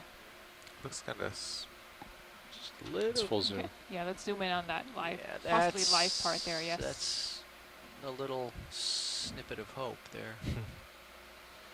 Okay, must go. Wide, please. Got it. Okay, you have your so camera it looks back. like we're Full. like we need to move along here. I think there's again some restrictions on the ship needing to move, and so we have to sort of make good time along here. But again, I think it's just really striking the difference between this soft sediment environment and suddenly these sort of oases of hard rock where we're suddenly seeing a lot of organisms attaching.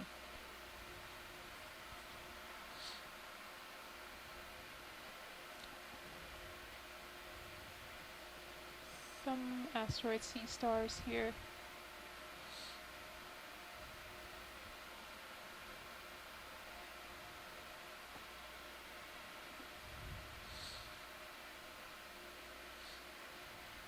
Possibly a sea pen to the left. I think we've seen this type before. Another sea pen here. Lots of burrows. Burrows coming up. Yep, coming into an area with lots of burrows, which we hadn't seen further down. Maybe a small rock, 45 degrees to port, Okay. 12 meters up. And here's another coral. Let's take a look at this one if we can. Let's get a quick zoom on this guy. Let's just slow down. Don't outrun me. Back at full wide. Okay, in slow. Hold that. Want me to tilt the camera? Let me just sneak up on him here.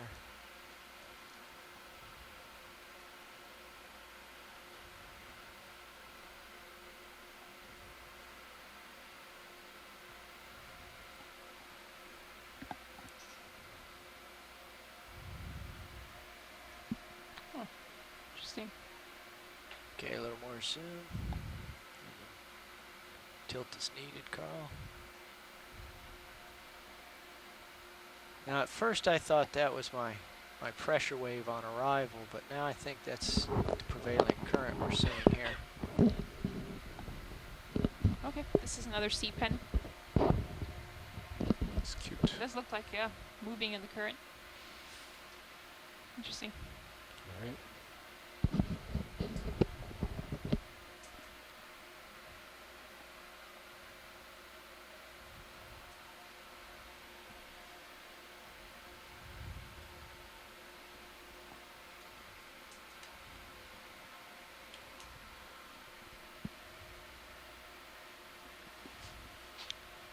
Up and away. Full wide. Thanks, Dan. We're gonna do a video change real quick. Roger that. Okay, we're doing a quick change of the video team here. We'll keep moving up here along this slope.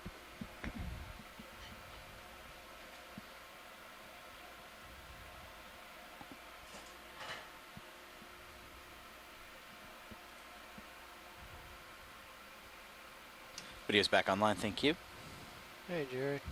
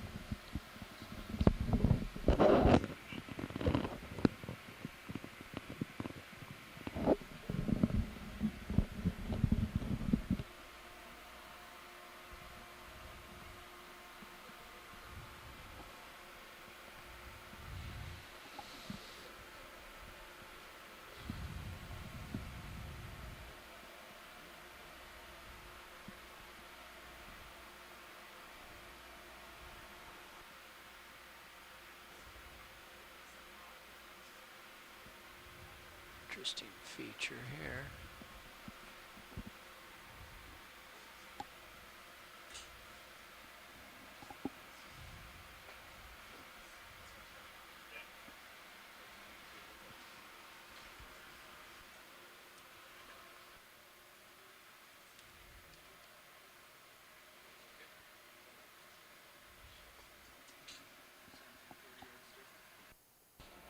Kind of an interesting pattern in the sediment off to the right here. It looks like there's a fresher burrow to the left, but I wonder if sort of this black outline that we see is the mark of a previous burrow that maybe has been smoothed down by the currents. That would be a hypothesis.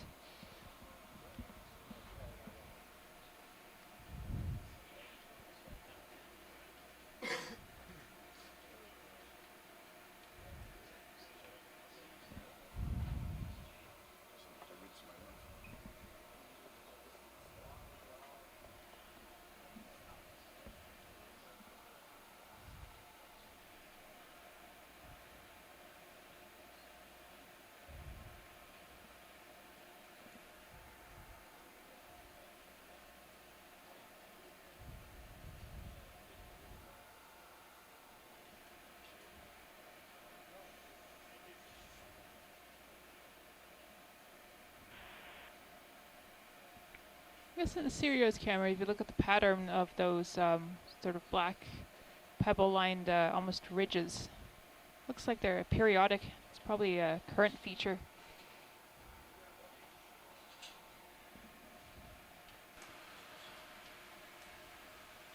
Okay, watch lead. Pilot front row just changed out. Okay, roger that. We're ready to get going a little bit here. Saw some divots right ahead. Maybe we'll investigate those. And you just call out if you see anything we want to zoom in on.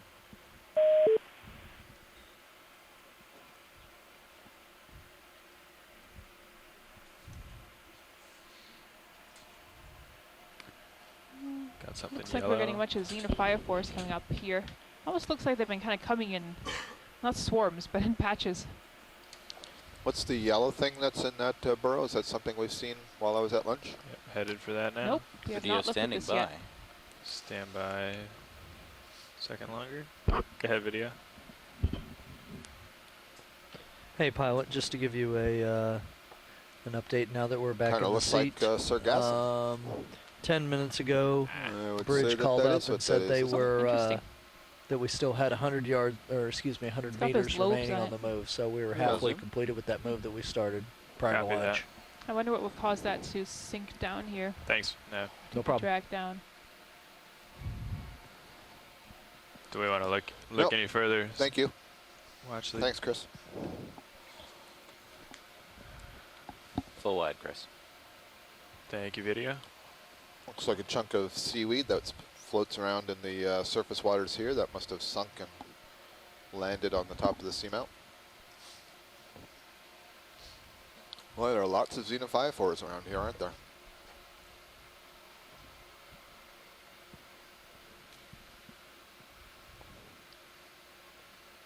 Do you know if there's a type of sediment that it makes it easier for the xenophyophores to build Yeah, tunnels? plenty of tether Right, pilot. so I'm not Copy I that. haven't read any papers on the different kinds of constructions of the tests, but I do know that they can integrate various sorts of material.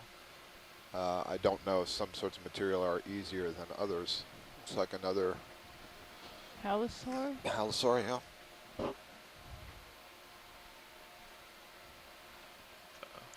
White object Something- out there. Yep, you got that, Chris. Yeah, let's go check it out. Can't tell if that's a crab or a fish. Is it a crab? Could be another sea star. Yep, sea star on end. Got a snap zoom video. Just hold there. This looks different from the earlier spiny sea star that we saw. On approaching it, it looks a little bit more like Okay, the keep coming in. neomorphaster that we were seeing in the canyons. Yeah, it looks a lot like it's aligned with that group.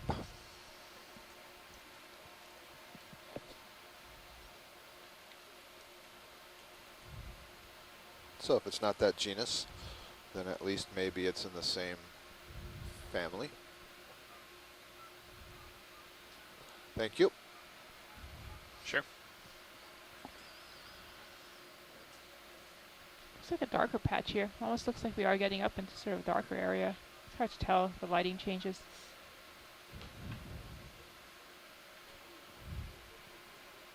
Anything on sonar?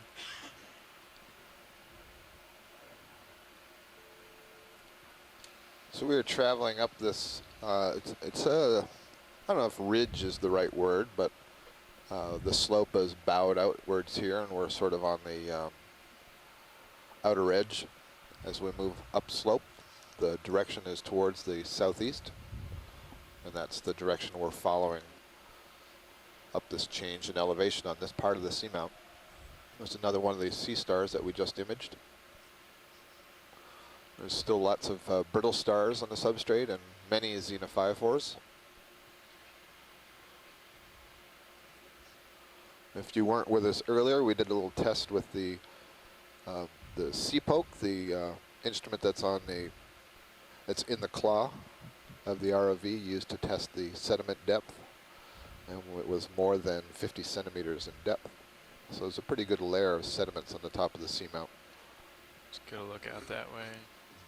The summit here has a couple of saddles and there's probably 3 little conical peaks, I believe. Yeah, it looks like there's 3 peaks. So Right. possible vent sources, I guess, for the magma. Yeah, so we're kind of in the saddle between some of those peaks and moving towards one of them, and we hope to get a little bit of change in the degree of slope here as we move upwards.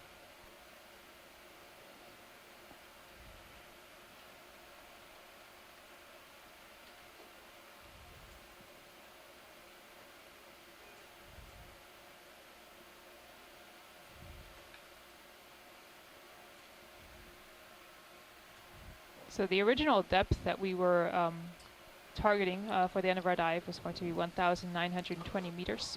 Looks like another sea pen right here. Let's check this guy out. Video. You can note the way they're all sort of curled over in the same manner. Some genetic basis to that. Looks like there might be a sea star at the base of this.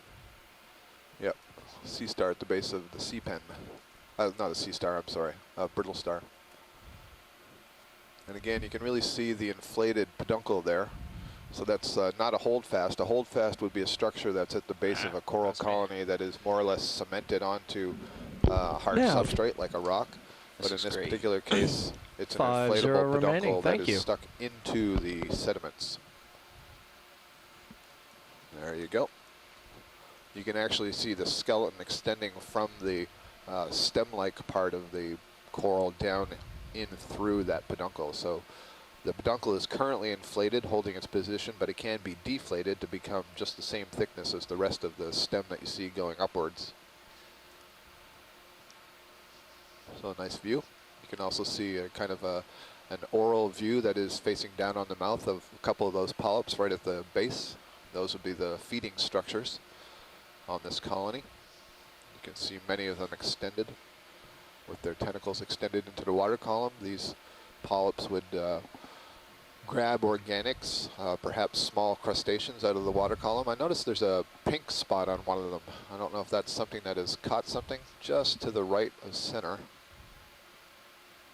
Be interesting to check that out. It doesn't seem to be moving. It doesn't seem to be ingesting it. Are we at max zoom? Yes. Thank you.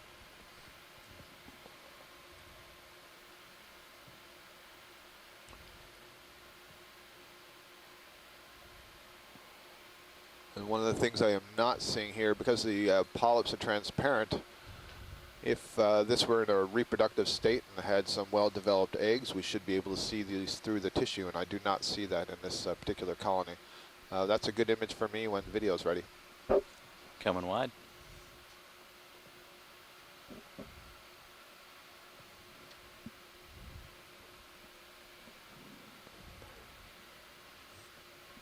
At least in our current position, we're not seeing any hard targets on the sonar from the Sirius, and it looks like we're... What's this in the water column? Oh. Video?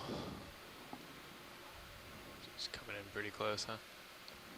Not sure the distance to that wall. Let's see, what do we have here? A little shrimp. He's moving. Dancing out of your view.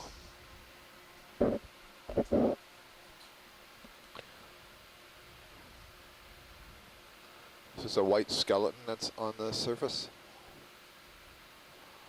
I'm gonna go snap zoom on that video. Just see if there's anything Scott wants to look at here. Yeah, that's a skeleton of a coral. Must have tumbled from somewhere up above.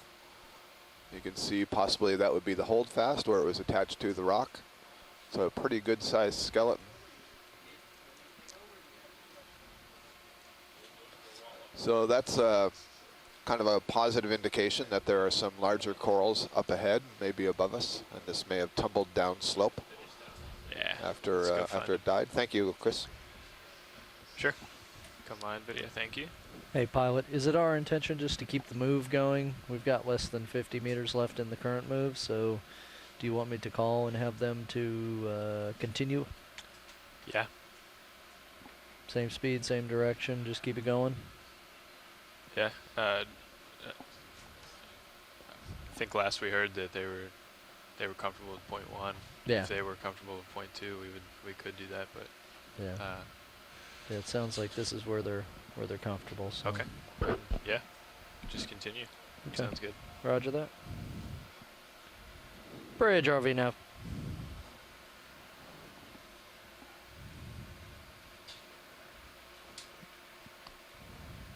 Definitely more burrowing up here than we saw below.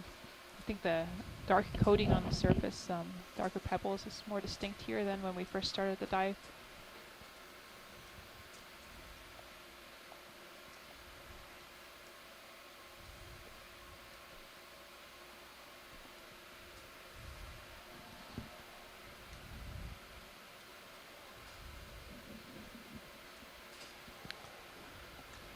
Anything out this way?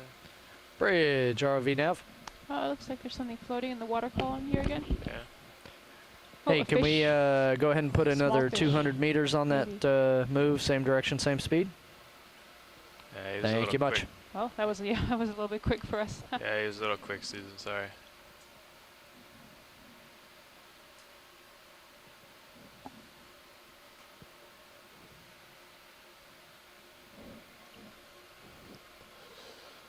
There's another C-pin. I think you're getting stretched out there, Chris. Yeah. Puppying off. There's another C-pin. Nav, when you have the appropriate opportunity, could you come wide a little bit on the high pack just so I can get a better context of our overall position?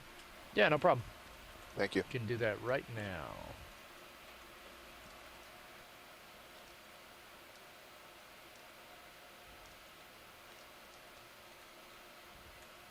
Thank you, that's good.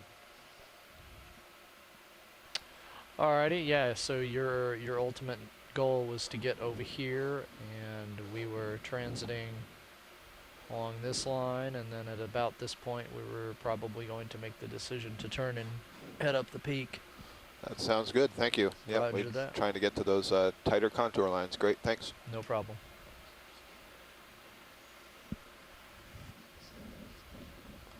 And you can zoom back in. I'm done with the high pack when you are, thanks.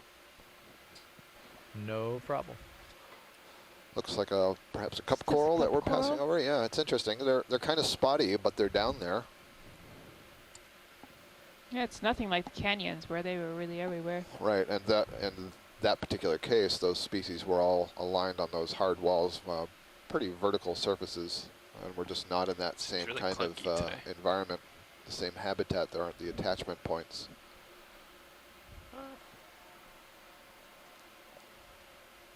In a little tight, sorry video. That was all me. I was past it when I tried to stop, sorry.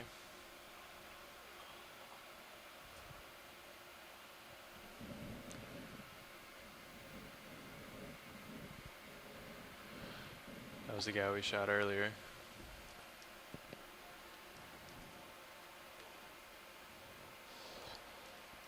Oh, great. So let me check this out here. Earlier on, we were imaging an anthozoan polyp that was partially buried in the sediments, and there was some question about what exactly it was, and we went back and forth on was it a cup coral, was it an anemone, was it a holothurian, and as we got closer we could identify mesenteries. Those are the folded up inner walls of the gut. We could see that through the transparent tissue. I have since had an email from Fanny Rodriguez, who's at the American Museum of Natural History, and she is an anemone expert, and she tells me that that was indeed a burrowing anemone. She was not able to identify the species, but could certainly tell us that. So thank you, Fanny. Yeah, see that, yeah.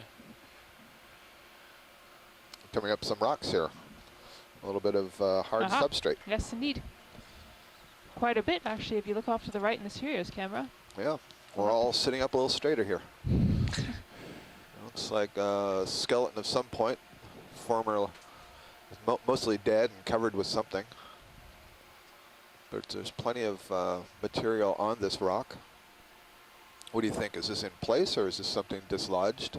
It's hard to say. I'm seeing more rock actually ahead of us or off to the right. It's possible that it could be in place. It's very hard to tell right now. Yeah, I can't tell from the Sirius view if that's kind of like a debris field or if it's more scouring. I think we'll have to see. Maybe we can move over it. Certainly a Galatheid crab here as well. Targets on this rock face here while we're set up? Watch lead? I'm sorry, pilot, would you repeat, please? Do you have any targets on this rock face here before I explore the rest of the... yeah, if you could zoom in, we'll start on the left side and just sort of pan across and call out some things as we see them. I see there's an anemone certainly on the left to start with. Okay, it's a fairly large brown thing, yep, right in the center. This looks like it may be an Actinuris anemone. We were seeing at least other species of these. I'm talking about the one that's just going off the screen to the right. There's another one. With some crabs below. I'm not sure what the one is just under the laser. It's certainly an anemone of some kind. There may be some bluish colored sponge overgrowing the rock. This looks like a small Acanthogorgia that was growing out of the rock, and there's a red crab underneath, tucked underneath. Let me know when you've got what you need, video. Perfect, move along. Chris, that's good. Probably want to scan and keep moving because I'm going to start walking over you. Copy. All right, so we're going to get a quick scan of this rock looking towards the right. The ship has dialed in a move, and Sirius is getting a little bit closer, so we can't spend too much time here. Let's come across here, see if Scott, you just holler if you want anything in particular. Okay, yeah, go ahead and a quick zoom on this. There's something white that's in the upper left, just went out of view. Roger. There we go. Ah. That looks to me like a corallium. And then in behind it, perhaps. Yeah. So this is an octocoral. Corallium is the genus. I'm not sure at this point what the species is. And this is an interesting one. If you were tuning into the canyon dives, we saw the red bubblegum coral. This is a relative of that bubblegum coral. And hopefully later on we'll get in a better position to see that. Most of the polyps have retracted. And then, yeah, that white in the background, please. Sure. Most of the polyps are retracted, so you didn't see the tentacles hanging out, but that is what that is. Go ahead. And this is a primnoid of some kind. So that's another octocoral, the family Primnoidae. Looks like the polyps are hanging down, and I can see the scale-like sclerates on it. And you can see a lot of the skeleton is exposed. You notice it's that gold color. It has an urchin feeding on it, several barnacles. There's a crinoid feather star as well. The barnacles look like they're lepatomorph barnacles. Yeah, some cool stuff up and there's various hydroids in the foreground there, those brown-colored fans. This is a really nice rock. There's all kinds of stuff.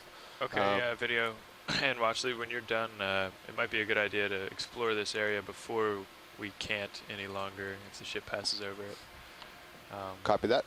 So we're going to look at some of the debris just behind here before we get yanked away, and we'll see what else we can see.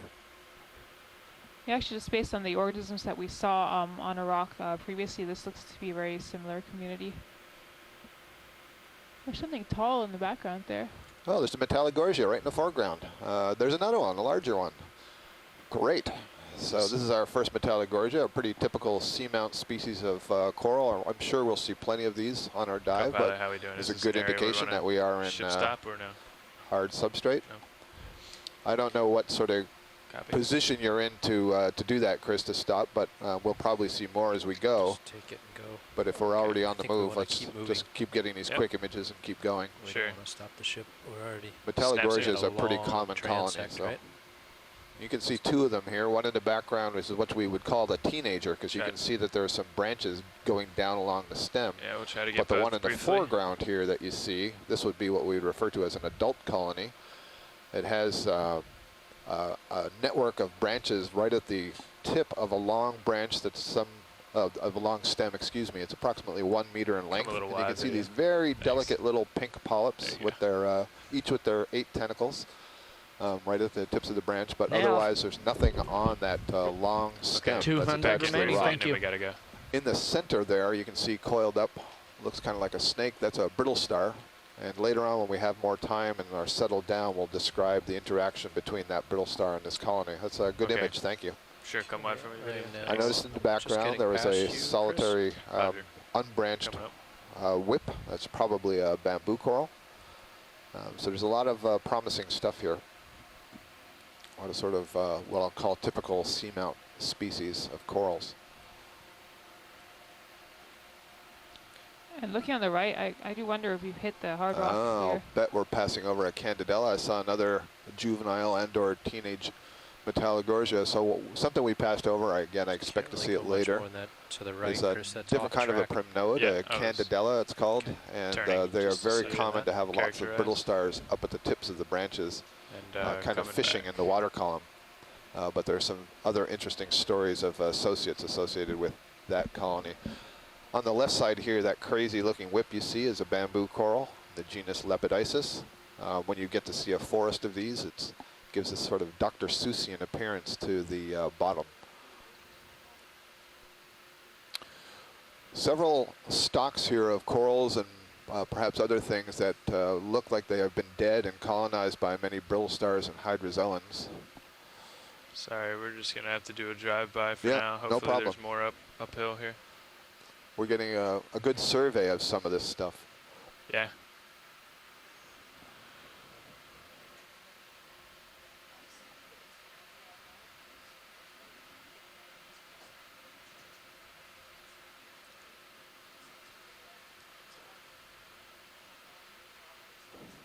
Looks like a glass sponge here on the rock, hexagonellid glass sponge. Really beautiful, complex architecture to these sponges. And we're continuing, we're moving in the direction of the southeast, moving upwards on this gentle slope. Our depth is 2,083 meters. We are on Retriever Seamount, and it's about 3.43 degrees down here on the bottom, 3.43 degrees Celsius. We're moving too fast. Oh, That's your track. I've got you centered up on your track. sorry. Copy that. Come back to the center here. Can you describe to us what that black rock, was that lava or was There's that a just pile of coated, or rocks can you coming give us right more into details view. on that? Yeah, so Looking what we're on seeing sonar, back you there got a and lot sort of of cool what we're stuff coming right up here. on here, these would be lava flows, but the blackness that we're seeing is not necessarily the rock underneath. And so we would expect the type of rock that forms a lava flow to be dark. What we're seeing here Very again nice. is this manganese crust. So it's this sort of manganese oxide that crystallizes Way out down there, of seawater 18. and covers pretty much any hard surface. It sort of forms fairly slowly away from any sort of hydrothermal vent area, so that is where hot fluid's coming out and adding extra manganese. It actually forms at a rate of about 1 millimeter per Very million nice. years. I see, I'm sorry to interrupt, there's an Iridogorgia colony there. Hopefully we'll see more of those, but it's that spiraling colony that has those unbranched pinnules coming off it. Okay, sorry, Yeah, Susan, go copy ahead. that.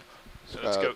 I'll go back and get that scout. I just Okay, wanted we're to, certainly in some topography now. If you look in the Sirius view, you can see that it drops off below us. So this is a prominent feature on the top of this seamount, the first real topographic relief that we have encountered today. And when you encounter this topographic relief, it accelerates the currents over it, and so it sweeps a lot of the sediments off of it. So it's not surprising that we're starting to see a bunch of sessile organisms. I also see a stock crinoid sticking off there on the left, which is nice. It would be the first stock crinoid of the cruise. Some glass sponges in the background. Do you want to tell us about the rock here, Susan? I see there's some exposed brown surface as well. Yeah, that's interesting. Actually, could we zoom in and take a look at that? Yeah, sure. Stand by. We're getting set up here. So once again, most of the surfaces on the seamount are going to be covered in this manganese crust, but underneath there will be a lava flow. That's the type of rock that we expect to see here. So lava that has come out of a vent and flowed down, and it's not clear where the vent is, but it's probably not too far Auto away from XY us. wasn't. These 3 summits were probably active vents Doing at auto some point XY. or another. And so it's quite hard to get in Okay, and see come in, video. the underlying rock because the manganese crust is so thick. Oh, that is not rock. That looks like a sponge. Oh, that does look like a sponge. Sorry, I was just typing in the event log. We're getting a really nice view of the Iridogorgia, and next to it a Metallogorgia. Come And on, one video. thing that's instructive about these two things is that they both belong to the same family of octocorals, which is the Just stand by one. Chrysogorgiidae. And one of the characteristics of the Chrysogorgiidae is that they have these very thin coverings of tissue and Okay, come very back in, delicate video. polyps on their branches, and many of them have a very regular architecture, that is the angular branching and just have so to on. float And we'll the see that increase when we and look then move close up on. at the Metallogorgia. Copy that. But I've already Iridogorgia caught is up with you. interesting in that it has this nice smooth spiral, and arising from regular intervals on this spiral are these side branches, and the polyps are sitting on those side branches. And you can see that the tissue on the skeleton itself is extremely thin, because it's almost like you see nothing, and then you just see this little anemone-like polyp sitting on the branch. But the skeleton is covered by a very thin layer of tissue. All right. The other thing you notice is that there are no brittle thank you, stars or crabs or other organisms anywhere on that colony. And we believe that the tissue may be producing some kind of a compound that helps deter organisms from settling on it. Where you see, like here we're passing a Metallogorgia on the right side, and it may be hard for you to tell as we pass it, but there was something on the stalk, and so I would predict that the tissue has been abraded away from the skeleton at that point. Lots of Metallogorgia up here. I believe I also saw maybe a Chrysogorgia. There's a black coral. There's so many different things here that it's a little bit hard to keep up when we're moving at the rate that we're going now. Is it possible, or have you already asked that the ship stop, because we're in a really good place now? No, look at that. Okay, we're going to stop the ship. Yeah, this would be great. This is beautiful, very colorful. Lots of different kinds of corals here. That beautiful green, yellow sponge. Bridge RV nav. There's plenty of associates. Yeah, could we hold the move right here? This is essentially the sort of thing that we were looking for when we were headed towards that that relief. So this is a good place if we're in a position to start to describe some of it before we get onto a steeper slope. Chris, I'm going to pass over you and spin to face you Copy that. as you work Just- uphill. Just about to ask. Yeah. We're seeing several bamboo coral whip-like colonies We're going to keep in moving the for a area. while These at would this be in the depth. genus Lepidisis. I see that there's a crinoid on the one that we're passing right here, and where the crinoid is clutching onto the bamboo coral, I can see that the tissue and the polyps have been lost. So there's been some kind of damage to the coral there that has exposed the skeleton and allowed that that crinoid, sea lily, to I should say feather star, excuse me, feather star, to grab onto the skeleton. These colonies that you're looking at, these whip-like colonies, can be 2, 3, 4, even 5 meters tall. I'm not exactly sure of the height here, but it's a good 3 meters, which is 9 to 10 feet tall. And the skeletons are produced by those tiny polyps that you see growing or protruding from the skeleton. The shape, you see that there's all kinds of different coils and curls Come in in these a little bit, skeletons. video. And presumably I was that's a describing function it. of the currents as the skeleton is growing and being deposited, and in part what way the polyps are Keep growing coming, we'll in just wander response around to that current. The current is carrying the food that the polyps are grabbing out of the water column. So here we're getting a nice close-up image of the polyps. They're sort of tightly packed together, quite dense. You can see their little tentacles arising. The tentacles have these little side branches called pinnules. So it looks kind of like a series of feathers or combs. I can also see some needles protruding between those tentacles. Those are called sclerites. They make up part of the armature of the soft part of the colony. And if you look in Sirius, you get a spectacular view of this prominent topographic relief that Deep Discoverer is sitting over, and you can see the bamboo coral Still moving, Chris. stretching out towards the front of the ROV, and you pretty can far see all of past the you. other organisms in the background. Okay, you want me to move then? Gradually, yes. I'll holler if you really need to move. Copy. Okay, you can just fly this out video. Copy that. I see an Anthomastus colony down there as well. There's this multi-branching, looks like a bunch of branching feathers. I think this is a very interesting black coral we haven't seen yet. That guy's tall. I'm coming up and over it. Had to come up a little Yeah, while. this is a little bit tricky. The ROV has got to raise itself over that 3-meter tall whip coral and then try to nuzzle back down so we don't damage them. Okay, Todd, coming back to you. Okay. You're looking really good. I'm slowing my move And down. it looks like so there may be do what you either need to do. corallium or scleractinian, a fan that is on the left side of this relief that Is we're this, coming up to. Really big Looks pretty. yellow like ball possibly a thing? paragorgia as well. There's a what we would refer to as a grapefruit Center screen? sponge right there in the center, that sort of brownish yellow object. There's another squat lobster. There's a couple of Bathypathes black corals. Come in on it, Jared. Have we imaged it yet? Not to my knowledge. So one thing just below the lasers, before we get to the sponge, below the lasers, Yeah. that pink-like colony. So this is what I was referring to earlier as a, quotes, juvenile stage of the Metallogorgia that we saw earlier. So you can see that stalk that's coming up from the bottom has a variety of branches that are coming out of it. And you see that it's got kind of little antennae at the top of the colony. And in that second puff of branches, you see that there's a brittle star with his arms wrapped around. So as Come this in thing and out as you need grows and video. ages, what will happen Or is there try will to hold it only as be steady as I can. branches and polyps right at the very top of the colony, and all these other branches will fall off and be lost. So this is an intermediate growth stage for Metallogorgia melanotrichos. Melanotrichos translates as dark hair or dark spine, and probably Let's go see refers the to fan. the branches once all of the tissue has been removed.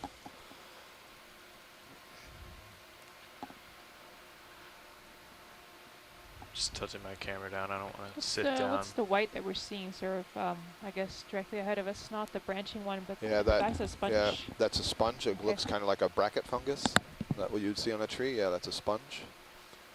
So I'm pretty sure there's a couple of Candidella colonies on the side of the rock and on the top of the rock, and we're going right down, excuse me, we're going down right now to look at this white fan. Let's zoom from here, video. See what we can get. Yeah, so that's another corallium.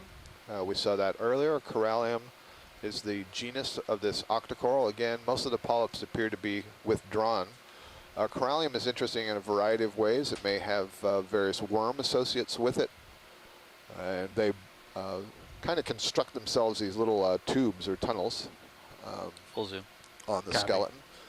But this belongs to the group of corals that are referred to as precious corals, because their skeletons are used to make jewelry. You may be familiar with the pink coral jewelry that comes from the Mediterranean. That comes from Corallium rubrum. This is a different species. I do see at least one brittle star coiled up in the arms. Another thing you can see here is all the polyps, which are the small bumps arising from the tips of the branches, are on one side of this colony. They're on the colony, the side of the colony that's facing us. There's nothing coming out of the other side. I'm back a little ways. Sorry, Jared.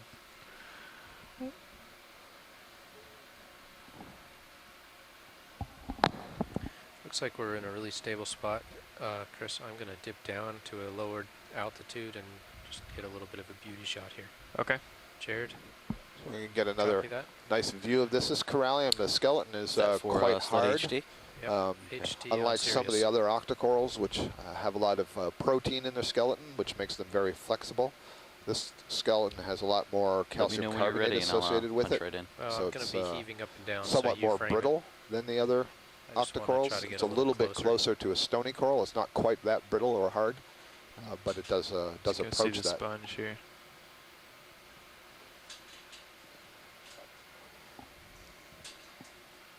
Floating out on D2.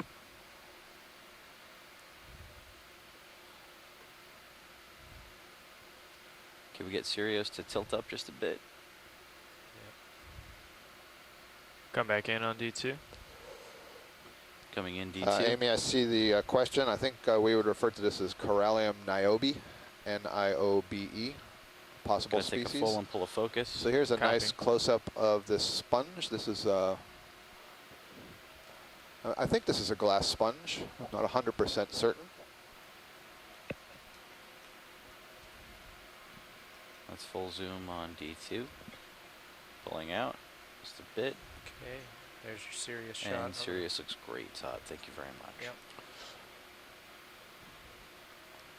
You can see the brown material at the right side of the sponge is actually dead tissue of the sponge. And it's really just the skeleton that remains after the cells have died.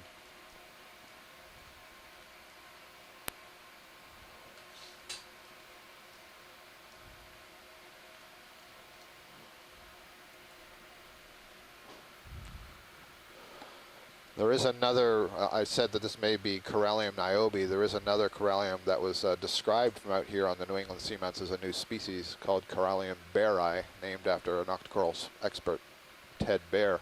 If we're in a position and get a good view on that large pink fan behind there, that would be useful. If Sure. we're not, we'll probably get it later. But I believe this we is can going to get be Candidella. Yeah, video standing by. I think we can get a better shot of that Some pink. crinoid at the top. Right. Oh, sorry. Yes, excellent. So this is an octocoral that belongs to the family Primnoidae. The genus name is Candidella. Stand by video. And what's really interesting Video, about can you this come out just a little octocoral, more among other on things, is Sirius? that it is a host for That right there. a bunch of scale worms, polychaete worms, that are fairly specific to living on these corals. And as you look at the branches, if you look closely at the branches, you'll notice that in some places they're a little bit whiter, a little bit thicker. No. And what's Yes. going on there is that that's Yes, where sir. the Risers worms are are off. living. And the presence of the worm induces the coral itself, the Risers are now polyps, off. to deposit the sclerites in a certain way that it constructs a sort of a garage or a tunnel. And so the polychaetes, the worms, live in those little garages or tunnel, and they can come on out and feed on material that has been caught up in the coral colony. And so there may be dozens of these polychaetes throughout the colony, and this is a pretty good sized colony. The Tim Coming Shank wide. Lab, who's joining you us can hold there. from Hold there. here on shore, here in the chat room, has been studying these polychaete worms to see the genetic relatedness of the worms that are on the different colonies in of video. Candidella and on the different seamounts.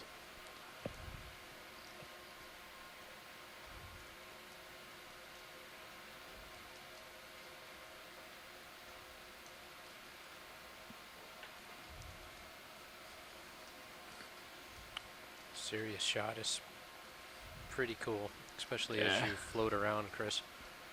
I'm gonna hold that. And we're looking at the sponge again. That's in the foreground of that corallium colony. In the background, there was another bamboo whip.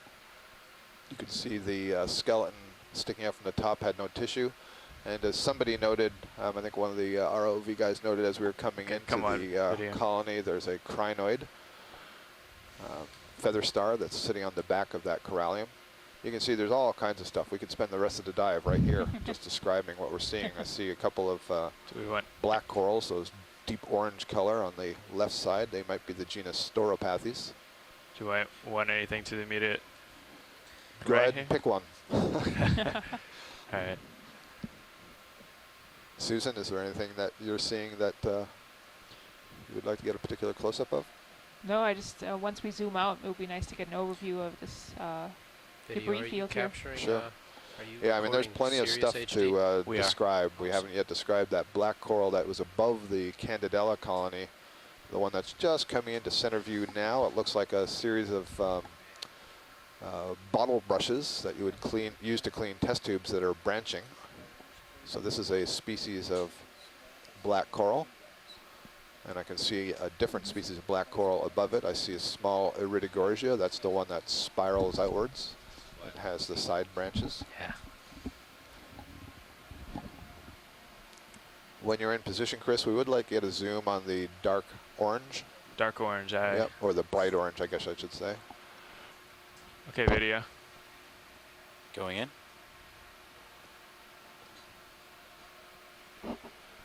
So here we VNav. have two different colonies, one in the background, one in the foreground of the orange stuff I'm referring to now. Are these black 30 corals? degrees to Black port, corals belong to the order 130 Antipatharia. I. Antipatharia translates means hold it. against No move disease. yet, And please. the Bridge early RV nav, Greeks can we hold believed for a if you minute? ground up the skeleton of a black coral, the powder would be useful as a medicine We gotta wait till we to float cure off of various this. diseases. There are This head various change is gonna move genera us pretty substantially. within Well, the he's group, pivoting around. Pilot ready for macro? Antipatharia, and Center. each of them uses pathes that's what's in- in the name. So Stand you'll by hear video. these various genus names that we give. Like this one is stauropathes. Stauro is S-T-A-U-R-O, stauropathes. And you can see that the tissue itself is orange, go for but the macro. skeleton Where the heck is did my- black, the underlying Full zoom. skeleton. And black corals are also commonly known as thorny corals because that skeleton has a variety of spines. And the spines are hidden from our view right now by the tissue. And there's some hydrozoan colonies in the foreground, another kind of cnidarian that also has here, get a little stinging further up. cells. Yeah, let's come over to this Precision. guy here. Very yeah. nice, very nice. Bridge would like to make a Let's heading see, change. I'm so not seeing any associates with this Stauropathes black coral. We're not though, right? For now. we're holding not at the running the moment, still but we're camera. And gonna for whatever wanna do it. reason, that's not too unusual for Stauropathes. We Okay, do your once thing, in a while Jared. see some polychaete worms, Whatever but you we need. don't Is usually that full see zoom? anything like That is full zoom, pilot. Copy. brittle stars or anything. Did we run the still camera over this or no?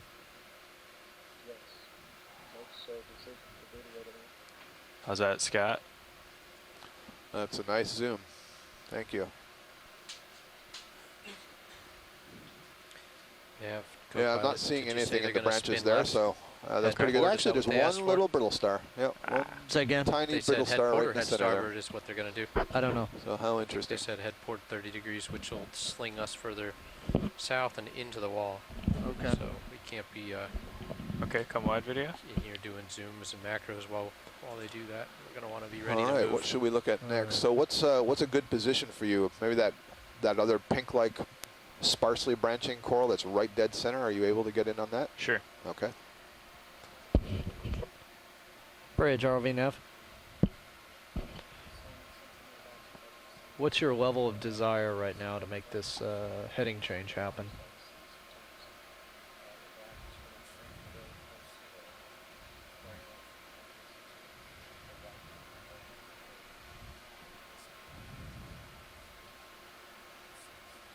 We're at a 6 right now. Right, right. Okay, thank you. Okay, video. Ty, can you take Yeah, control just of hold that on. camera? We're down here discussing it. All right, so here's another kind of coral colony. This is yet another black coral. And we're not exactly sure what kind of a black coral this is. It's either in Yeah, the tell Finish genus this one and then we'll go. Okay, yeah, so- Parantipathes or something very closely related to it. They'll stay Perhaps here. Something like Oh, I know. Sebopathes. I was going to say, But it is a black you guys are coral going to have to related make that that, bright orange one we just make saw. that, hey, let's I can pause see for a that there few are some and fix ourselves. ophiuroid brittle stars in Roger the that, arms just here. let me know. And there's a nice crinoid, the feather star that you see there. I haven't really said much about crinoids today, so let me tell you that crinoid is also an echinoderm, so it's related to the sea stars and the sea urchins and the holothurians and the brittle stars that you've been seeing today. But they orient themselves a little bit different. You see that they have these structures called cirri. They're kind of like the little legs that are sticking out and holding on to the coral there. And their arms come up, Sir. We and need the to mouth set is up for actually moves. facing away from Copy. the coral. Ship So the wants mouth to is change facing up head. into the water column. Okay. Each of those arms with its little side branches, its pinnules, they're very small tube feet You're gonna end up inside going a west groove and there. south. And they can use those tube feet Okay. to Spin sort of left. kick food particles down We'll get towards them the mouth. moving So up they're again, up the basically hill again. fishing up there in the water column. Okay. After A lot that. of these organisms will climb up on corals in order to get up off the bottom to where the water's moving a little bit more quickly. So that was a nice view. Thanks, Chris. Sure. Come full Okay, wide on come- Sirius I HD. don't Come see full wide on any mine squat as well, lobsters video. on that potential Alright. parentopathies. Full wide Sirius, full wide D2. Roger. Let's do it. We're both ready to move if we need to move, right? Ready to do it? Yeah. All right. Bridge ROV nav.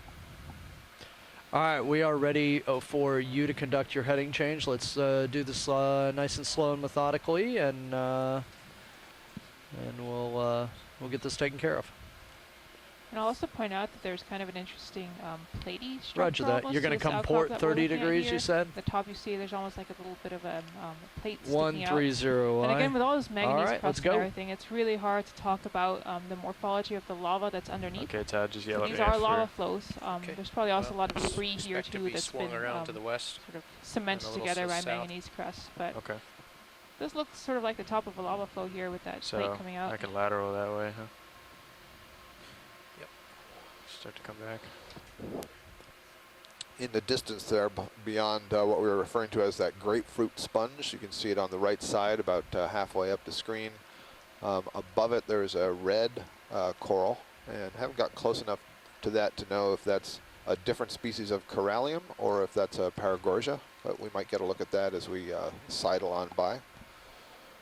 In the background, you may or may not be aware, we are having some repositioning of the vessel, and so we're just being a little bit cautious so that as the vessel moves, the ROV doesn't get caught up in the rocks here.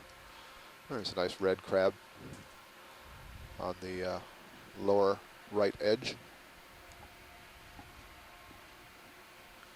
You can zoom on that video. I don't know if we're going to macro, maybe just to identify.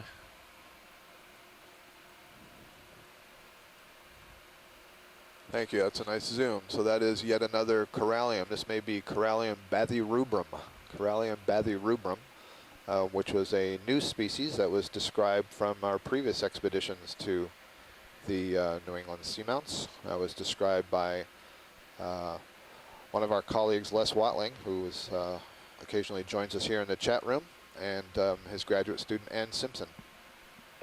And nice view of it there. And another Actinorus anemone just to its lower left. Another one of these Storopathes black coral. Okay, video. And there's some of that staining on the rock that we heard about earlier. Texture. Not sure if that's underlying geology, if that's a place where there was a holdfast.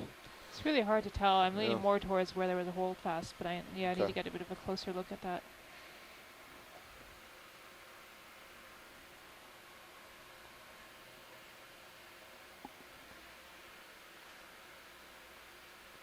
Closer look at staining. Yeah, if we could get a little closer look at the staining, Sure. that'd be good. Sorry, I was That's fine. staring at the high pack. I'm not feeling any move yet, Chris. Okay. Lots of this Yeah, little let's see. paint splotch sponge. Yeah, the sponges. So I'm looking at this sort of more orangey patch here in the middle. It's hard. We're quite zoomed in. It's very hard to tell. Again, this is all manganese crust. I guess it's easy The to see some orange different on colors. the right side looks like there was a skeleton there, and it's stuff overgrowing the skeleton. There's a variety That's of right on the right polychaete tubes as well. Polychaetes are, again, these worms. These particular cases, it's serpulid polychaetes. They can build calcium carbonate tubes that they live in, so there'd be little fan worms. They would extend their fan-like head. Little amphipods swimming too in the foreground. Yeah, it's really hard to say what's causing that staining there, but I guess I would be leaning more towards there being a holdfast or something attached there that then fell off. I don't think that we're seeing any sort of primary rock textures here. Todd, I would estimate that the thickness of the manganese crust here Go would ahead. be a few centimeters or Oh, is that right? millimeters. Sorry. Yeah, definitely. No, that's a lot. I would estimate. And it's a very old seamount, so that's what we're seeing on other seamounts that are even younger than this.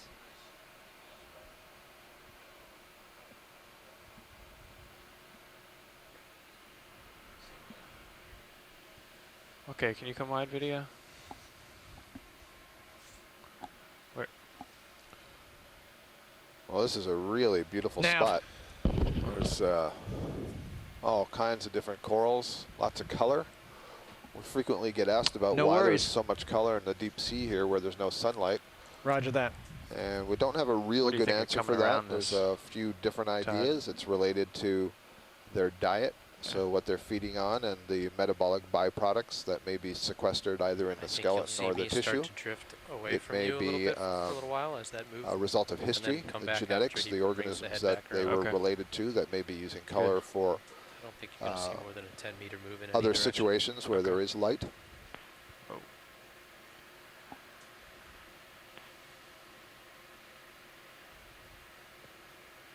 There's a nice view of what I was referring to, the sort of more juvenile or teenage stage of a Metallogorgia there, sort of poking up into the blackness. You can see that there's a network of branches at the very top, but there's still a few branches coming off the side of the stem, and those will fall off as it ages.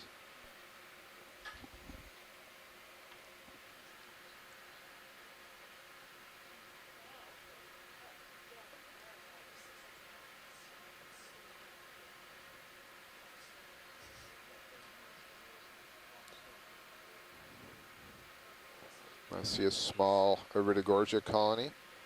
Iridogorgia, as a reminder, is that spiraling one. Sometimes we see those spirals more than 14 feet tall, so it would be quite spectacular to see some of the larger colonies. You notice the way the Metallogorgia kind of droop over the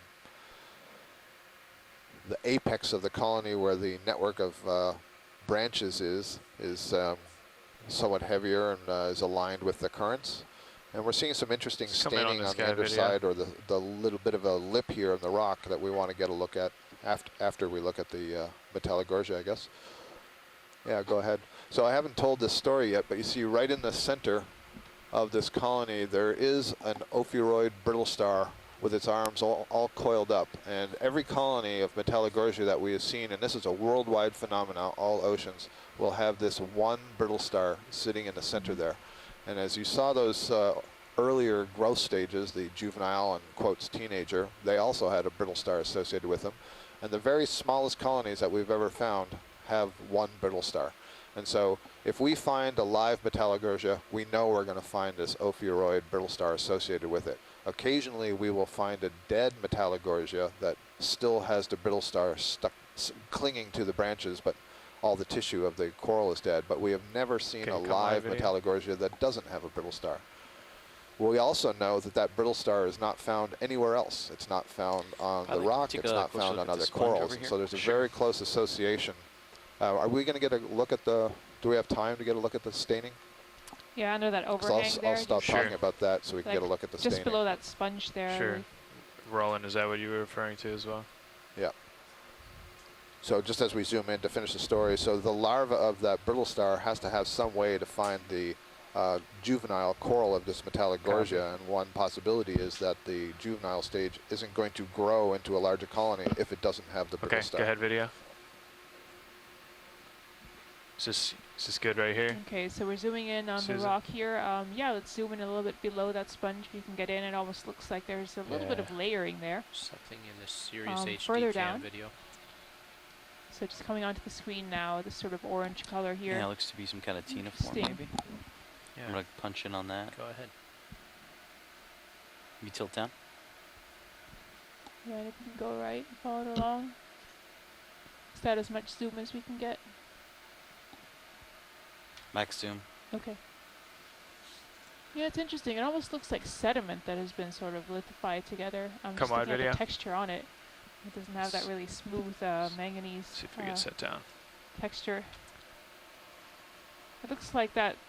It's possible the pieces could have broken off along the edge there, revealing the inside of the rock.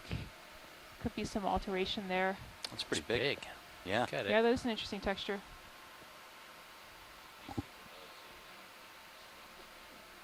Scott, are you seeing that ctenophore in the Sirius HD view?